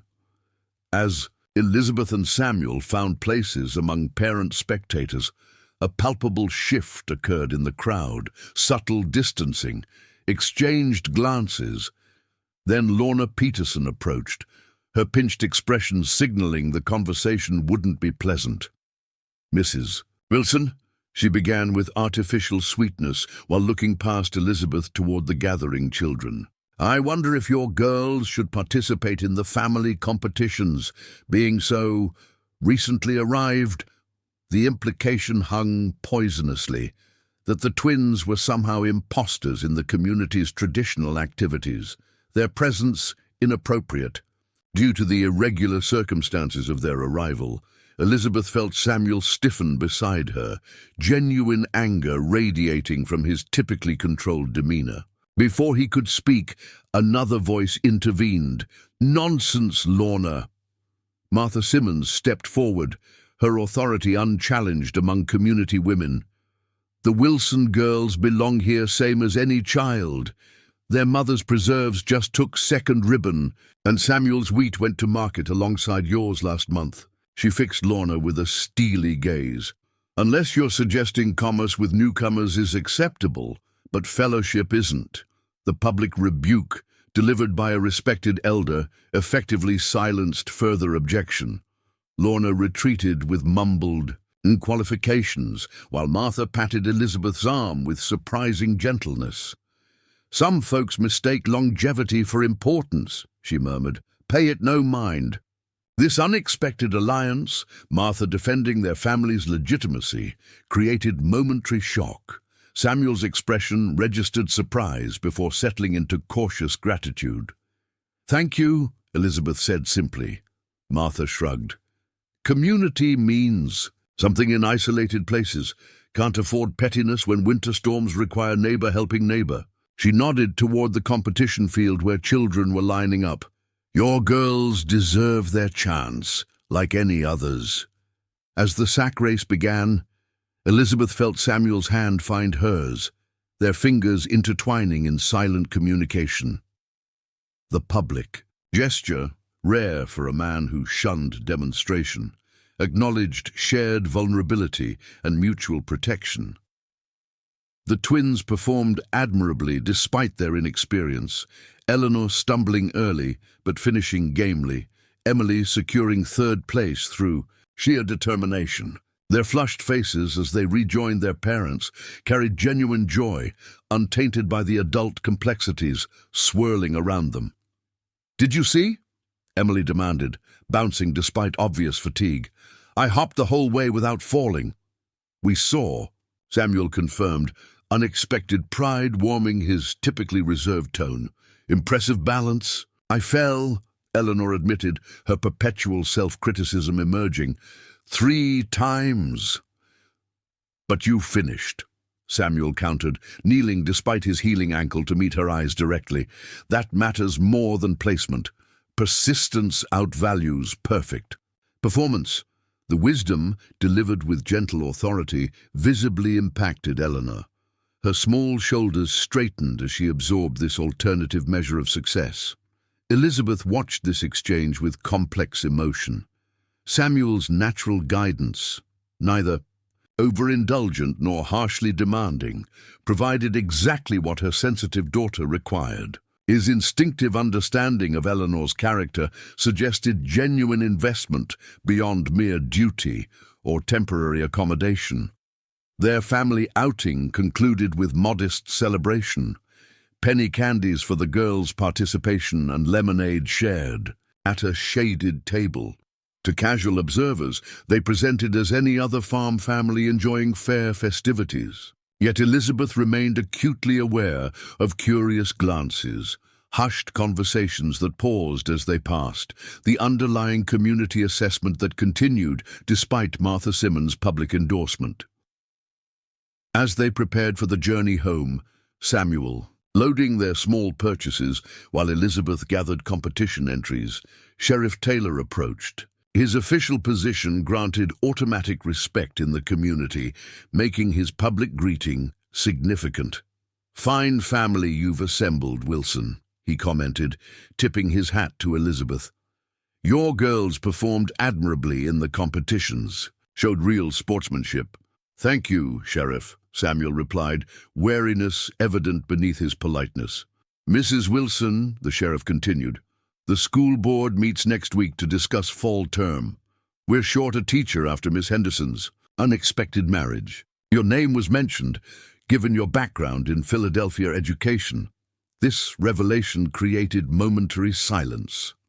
Elizabeth had mentioned her brief teaching experience during church gatherings, but hadn't anticipated community interest in her skills. "I have family responsibilities," she began carefully. "Part-time position only," Sheriff Taylor clarified. 3 days weekly. Town council authorized funds after last winter's near disaster, with children traveling daily during blizzards. He glanced meaningfully at the twins. "Might suit your circumstances, providing education for your girls alongside income for the household." The offer, entirely unexpected, represented more than employment opportunity. It signaled provisional community acceptance, acknowledgement of Elizabeth's capabilities beyond domestic duties, and practical integration of their family into local infrastructure. "I'll consider it," Elizabeth promised, genuinely surprised by this development. As the sheriff departed, Samuel finished loading their wagon. "Teaching position," he observed without inflection. "Hadn't anticipated that possibility." "Nor had I," Elizabeth admitted.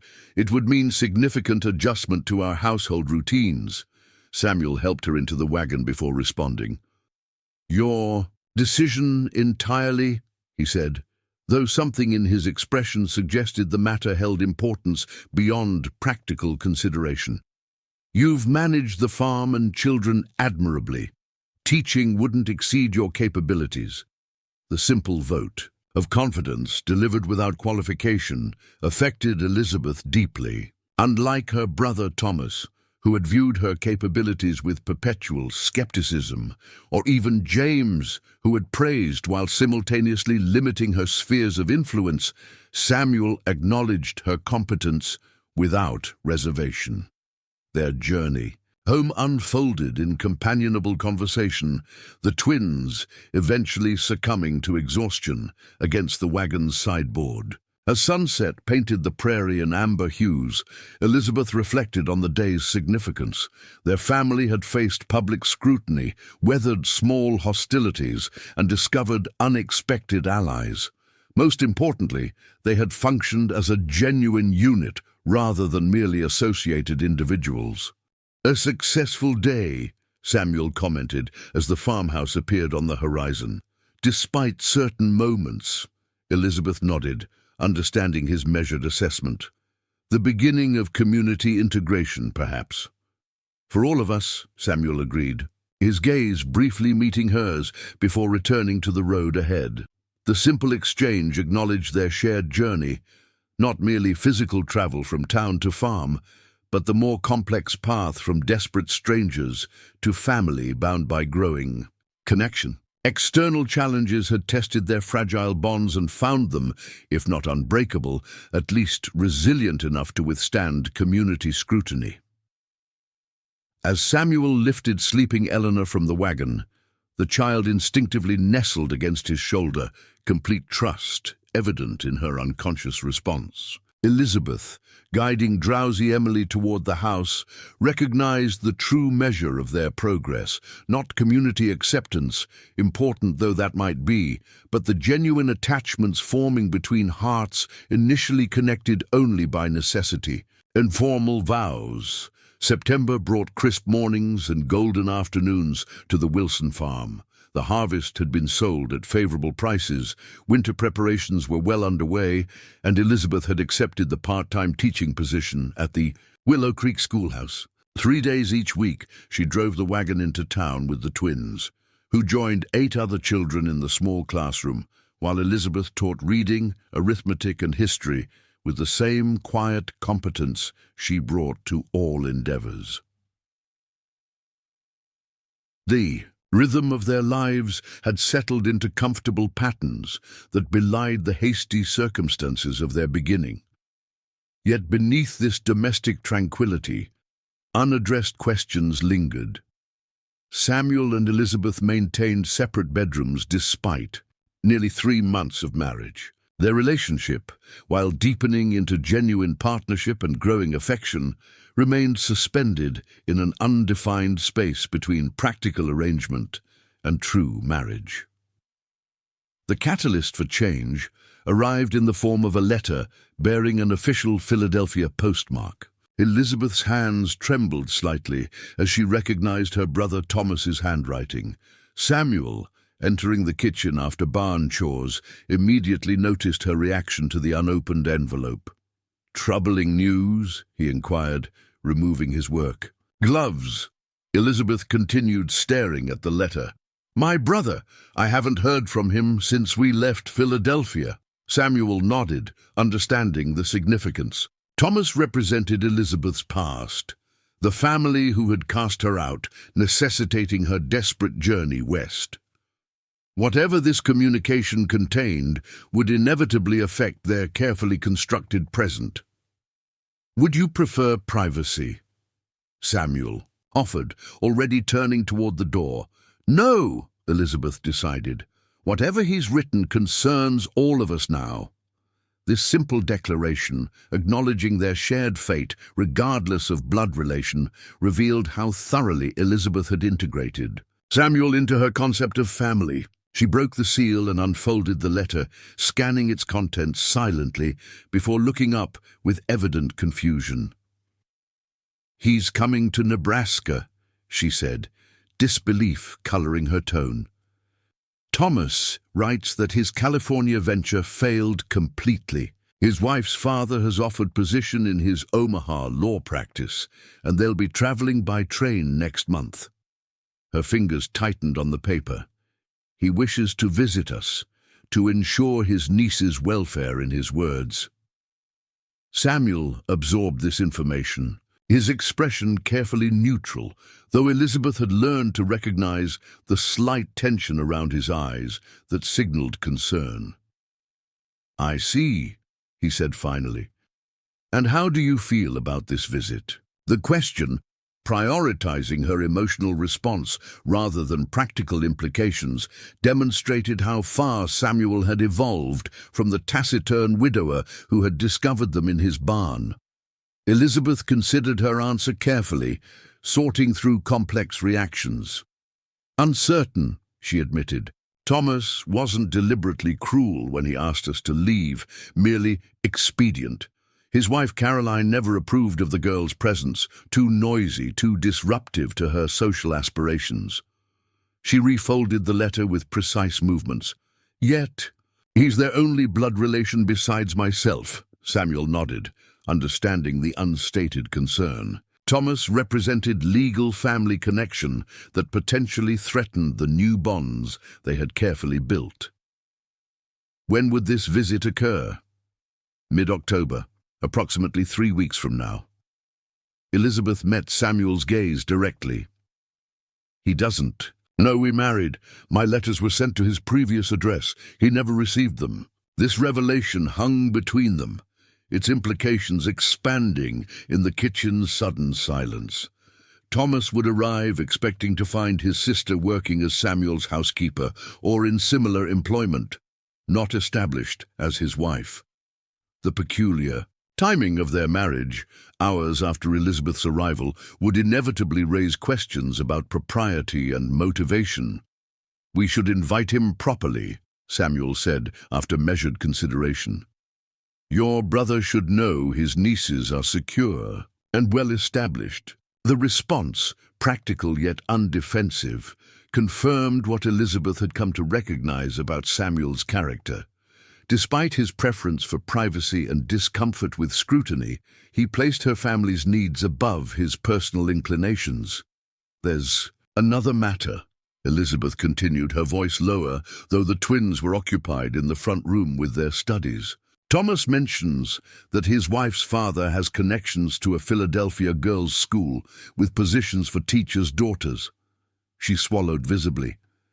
"He suggests it might provide advantages Nebraska cannot offer for Emily and Eleanor." Samuel's expression remained carefully controlled, though Elizabeth noticed his hand tighten imperceptibly on the back of the chair he stood behind. "I see," he said again, though the words carried different weight than before. "That would be significant. Opportunity, a theoretical one only," Elizabeth clarified quickly. "I have no intention of separating the girls from—" She hesitated, suddenly uncertain how to define their family arrangement when viewed through outside eyes. "From their home," Samuel completed quietly. "This is their home now, Elizabeth. Unless you believe otherwise." The simple statement carried profound implication. Not my home where you currently reside, but their home. Permanent, established, legitimate. Without dramatic declaration, Samuel had clarified his view of their arrangement. Not temporary accommodation, but permanent family formation. "I do consider this home," Elizabeth confirmed, the weight of the moment evident in her careful enunciation. "For all of us." Samuel nodded, something easing in his posture. "Then we'll receive your brother accordingly." The following weeks brought increased activity as they prepared for Thomas's visit. The spare bedroom, previously Elizabeth's, underwent thorough cleaning. Samuel repaired the front porch steps and applied fresh whitewash to the house's exterior. Elizabeth sewed new curtains and instructed the twins in their best behavior for meeting the uncle they barely remembered. Beneath these practical preparations, a subtle shift occurred between the adults. Their conversations extended beyond daily management into deeper considerations of family identity. Without explicitly discussing the matter, Samuel began referring to the twins as "our girls" rather than "your daughters." Elizabeth, in turn, spoke of "our farm," rather than maintaining careful distinction between Samuel's property and their presence within it. The night before Thomas's scheduled arrival, after the twins had gone to bed, Samuel and Elizabeth sat before the fireplace reviewing final arrangements. The autumn evening had turned unexpectedly cold, prompting the season's first fire. Flames cast flickering shadows across the room where they had first confronted each other as desperate strangers many months earlier. "I've been thinking," Samuel said, breaking comfortable silence, "about names." Elizabeth looked up from her mending, noting unusual hesitation in his typically straightforward manner. "Names? The girls still call me Samuel," he explained, gaze fixed on the fire rather than meeting her eyes. "Appropriate given our circumstances, of course, but with your brother's visit—" He paused, seemingly searching for precise words. "External perspective sometimes clarifies internal matters." Elizabeth set aside her sewing, giving him full attention. "I'm not certain I understand." Samuel turned from the fire, his expression revealing vulnerability rarely displayed. "I've come to care for them. Not from obligation or practical necessity, but genuinely, as I imagine a father would." His voice softened. "I would like to be more than Samuel to them if they're amenable, if you approve." The request, delivered with characteristic restraint, yet containing profound emotional significance, created momentary stillness. Elizabeth had observed Samuel's evolving relationship with the girls, his patience with Eleanor's sensitivity, his encouragement of Emily's curiosity, his gradual transformation from reluctant guardian to engaged parent. Yet he had never explicitly addressed this evolution until now. You want them to call you father, she clarified gently. If they wish to, Samuel emphasized, I wouldn't presume to replace their memory of James, but perhaps to add rather than replace. He met her gaze directly. Thomas's visit precipitated this conversation, but the feeling preceded it. I should have spoken sooner. Elizabeth considered the implications carefully. Beyond practical naming lay deeper recognition of Samuel's emotional investment and the girl's security. I believe they would welcome it, she said finally. They've grown attached to you, especially Eleanor, though she shows it differently than Emily. Samuel nodded, relief visible in his features. And you? Would you find it appropriate? The question extended beyond the children to their own undefined relationship. Elizabeth recognized the opening for what it was, invitation to address the deliberate distance they had maintained despite growing connection. I would welcome it, she answered with careful honesty. Our arrangement began from practical necessity, but it has become more. Her cheeks warmed slightly, at least for me, and for me, Samuel acknowledged quietly. The simple confirmation delivered without grandeur or flourish nevertheless transformed the space between them. Possibilities previously unacknowledged suddenly gained substance and form.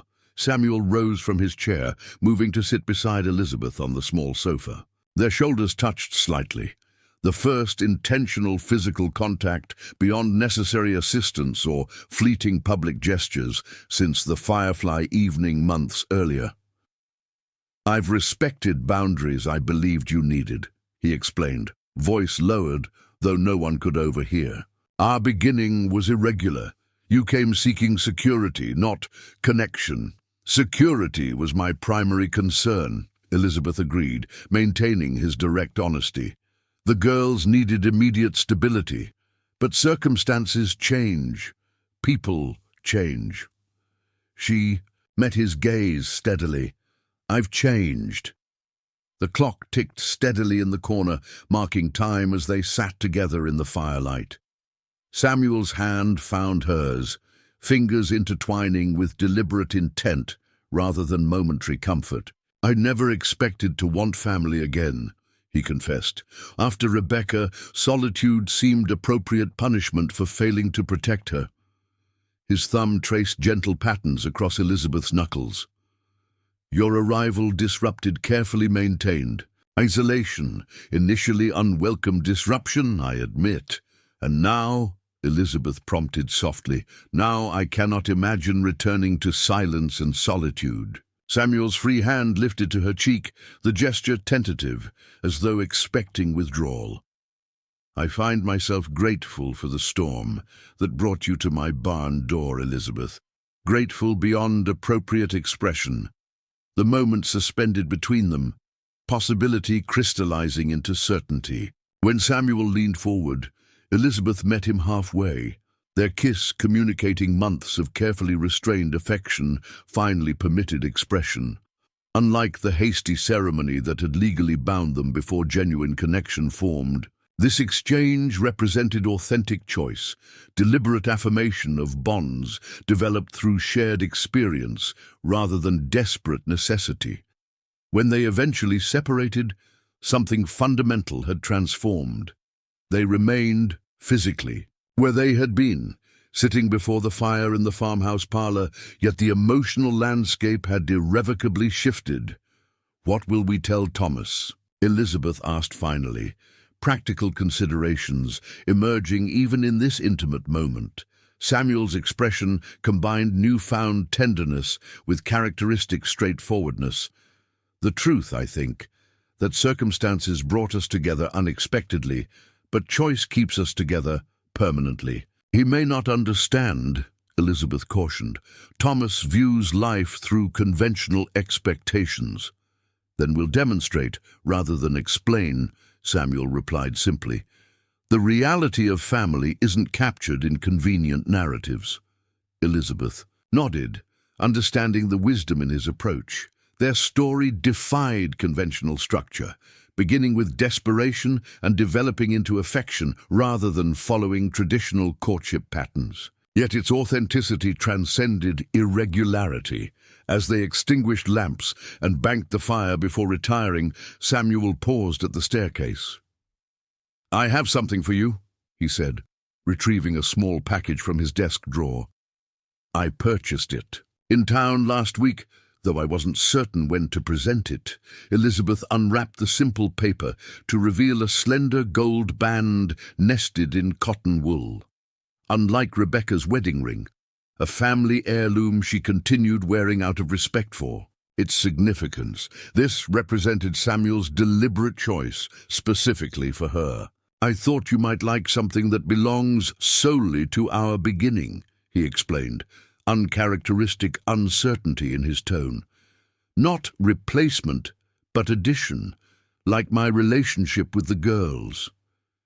The thoughtfulness behind this gesture, recognition of legitimate pasts while affirming their present connection, embodied Samuel's fundamental character. Elizabeth extended her right hand, understanding his intention without explanation. Samuel slipped the band onto her finger, its weight unfamiliar, yet immediately right. "Tomorrow we face Thomas as a united family," Samuel said, his voice steady with newfound certainty. "Whatever questions or judgments he brings, we'll address them together." As they ascended the stairs, their hands remained linked, tangible representation of the evening's transformation.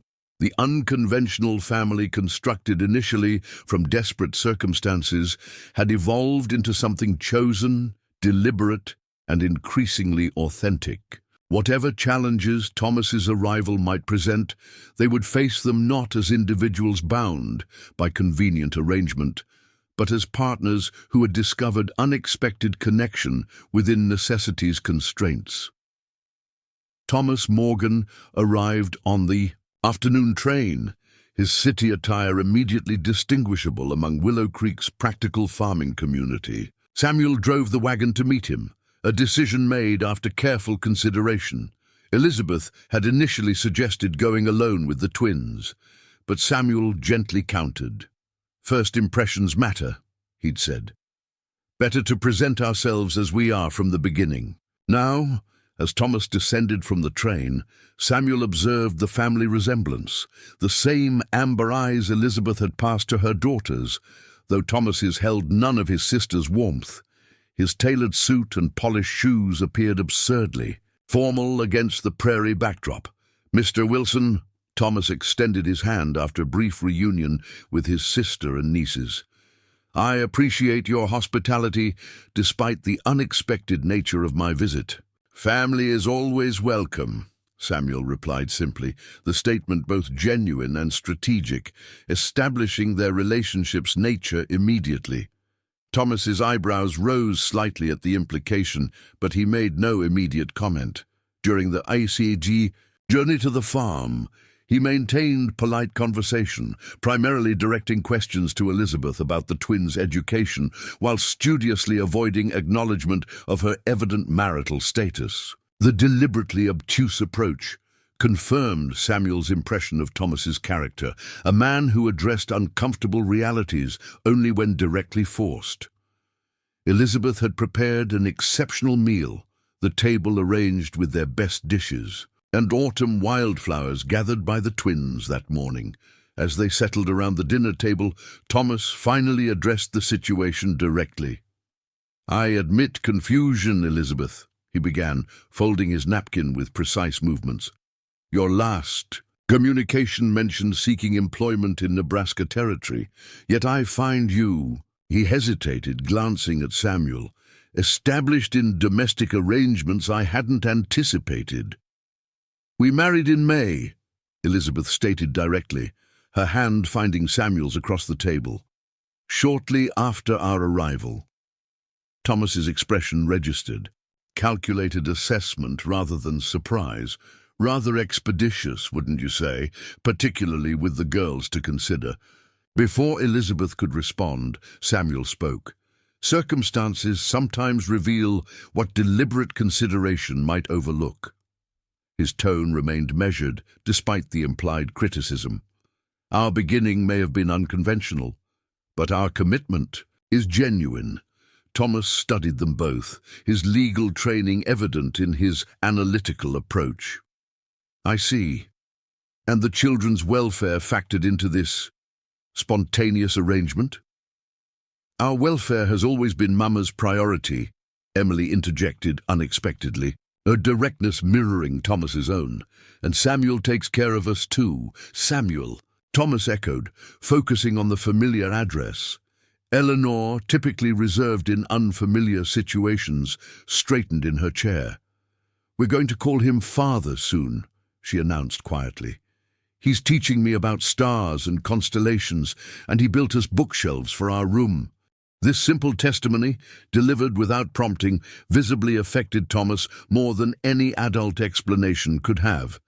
His carefully maintained skepticism faltered as he observed his niece's evident comfort in their new home.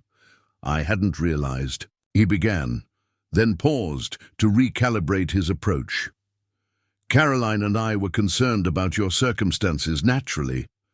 The educational opportunities I mentioned in Philadelphia remain available should you wish to consider them. Samuel felt Elizabeth's fingers tighten around his, her response measured but firm.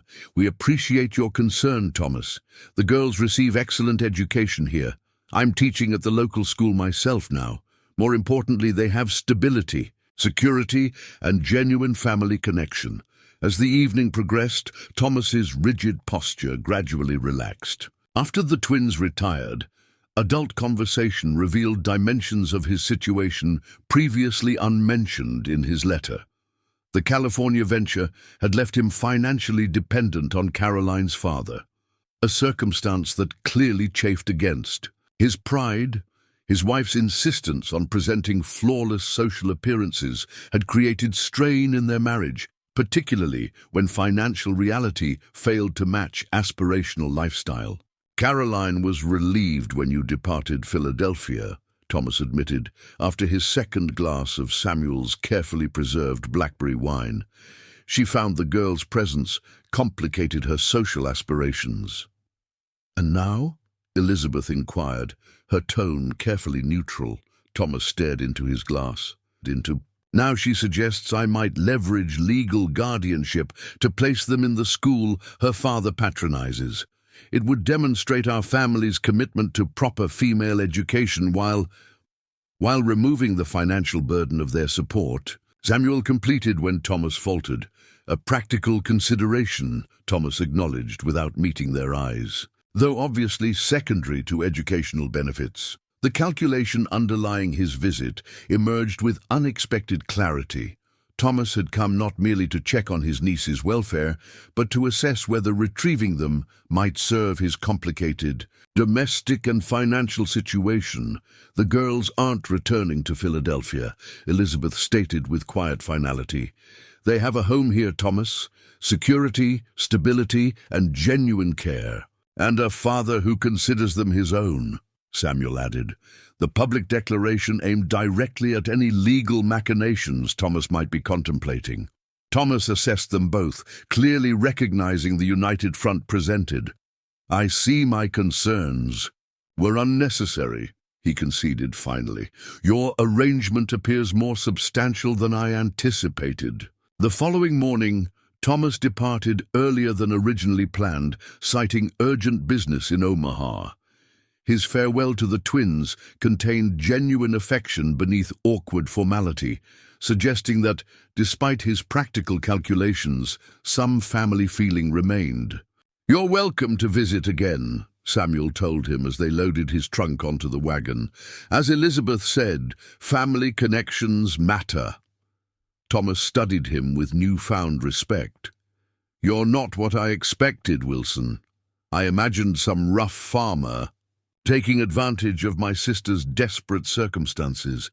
Your sister is nobody's victim, Samuel replied evenly. She's the strongest person I've ever known. This simple truth, delivered without pretense or exaggeration, seemed to resolve something in Thomas's assessment. He extended his hand with genuine intention rather than mere formality. Take care of them, Wilson. Always, Samuel promised. The single word containing all necessary commitment. After Thomas's departure, the household settled back into familiar rhythms, yet subtle differences emerged. That evening after chores, Samuel gathered the family on the porch to observe the harvest moon rising enormous on the eastern horizon. "It's bigger than in Philadelphia," Eleanor observed, nestled against Samuel's side, in what had become her customary position during their evening star-watching. "Same moon," he corrected gently. "Different perspective." The simple statement captured their collective journey, not changing essential nature but transforming perspective through new connection and context. Elizabeth, seated on his opposite, side with Emily sprawled across both their laps, recognized the wisdom in his observation. "Girls," she said quietly, "remember how we discussed Samuel becoming more than just Samuel to you?" At their synchronized nods, she continued, "Perhaps tonight might be appropriate for new names, if you're ready." Emily sat up immediately, characteristic decisiveness evident. "I've been practicing," she announced, "in my head when you're not listening." Samuel's expression contained carefully restrained emotion. "Practicing what?" "Calling you father," she stated matter-of-factly. "It feels strange but good strange, like when we first came to Nebraska and everything smelled different." Eleanor's approach proved more cautious, true to her temperament. "Could I try it sometimes, but still use Samuel when I'm not sure?" "However you're comfortable," Samuel assured her, his voice roughened with emotion he didn't attempt to conceal. "Names should reflect genuine feeling, not obligation. Like when you call Mama Elizabeth sometimes, but beloved when you think we're not listening," Emily observed with characteristic directness. Samuel's surprised laugh eased any remaining tension. "Exactly like that," he agreed, meeting Elizabeth's eyes with unguarded affection. As darkness deepened around them, stars emerging in patterns Samuel had patiently taught them to recognize, Elizabeth reflected on their extraordinary journey. From desperate arrival to genuine family, their path had defied conventional narrative, beginning with practical arrangement and developing into authentic connection rather than following traditional progression.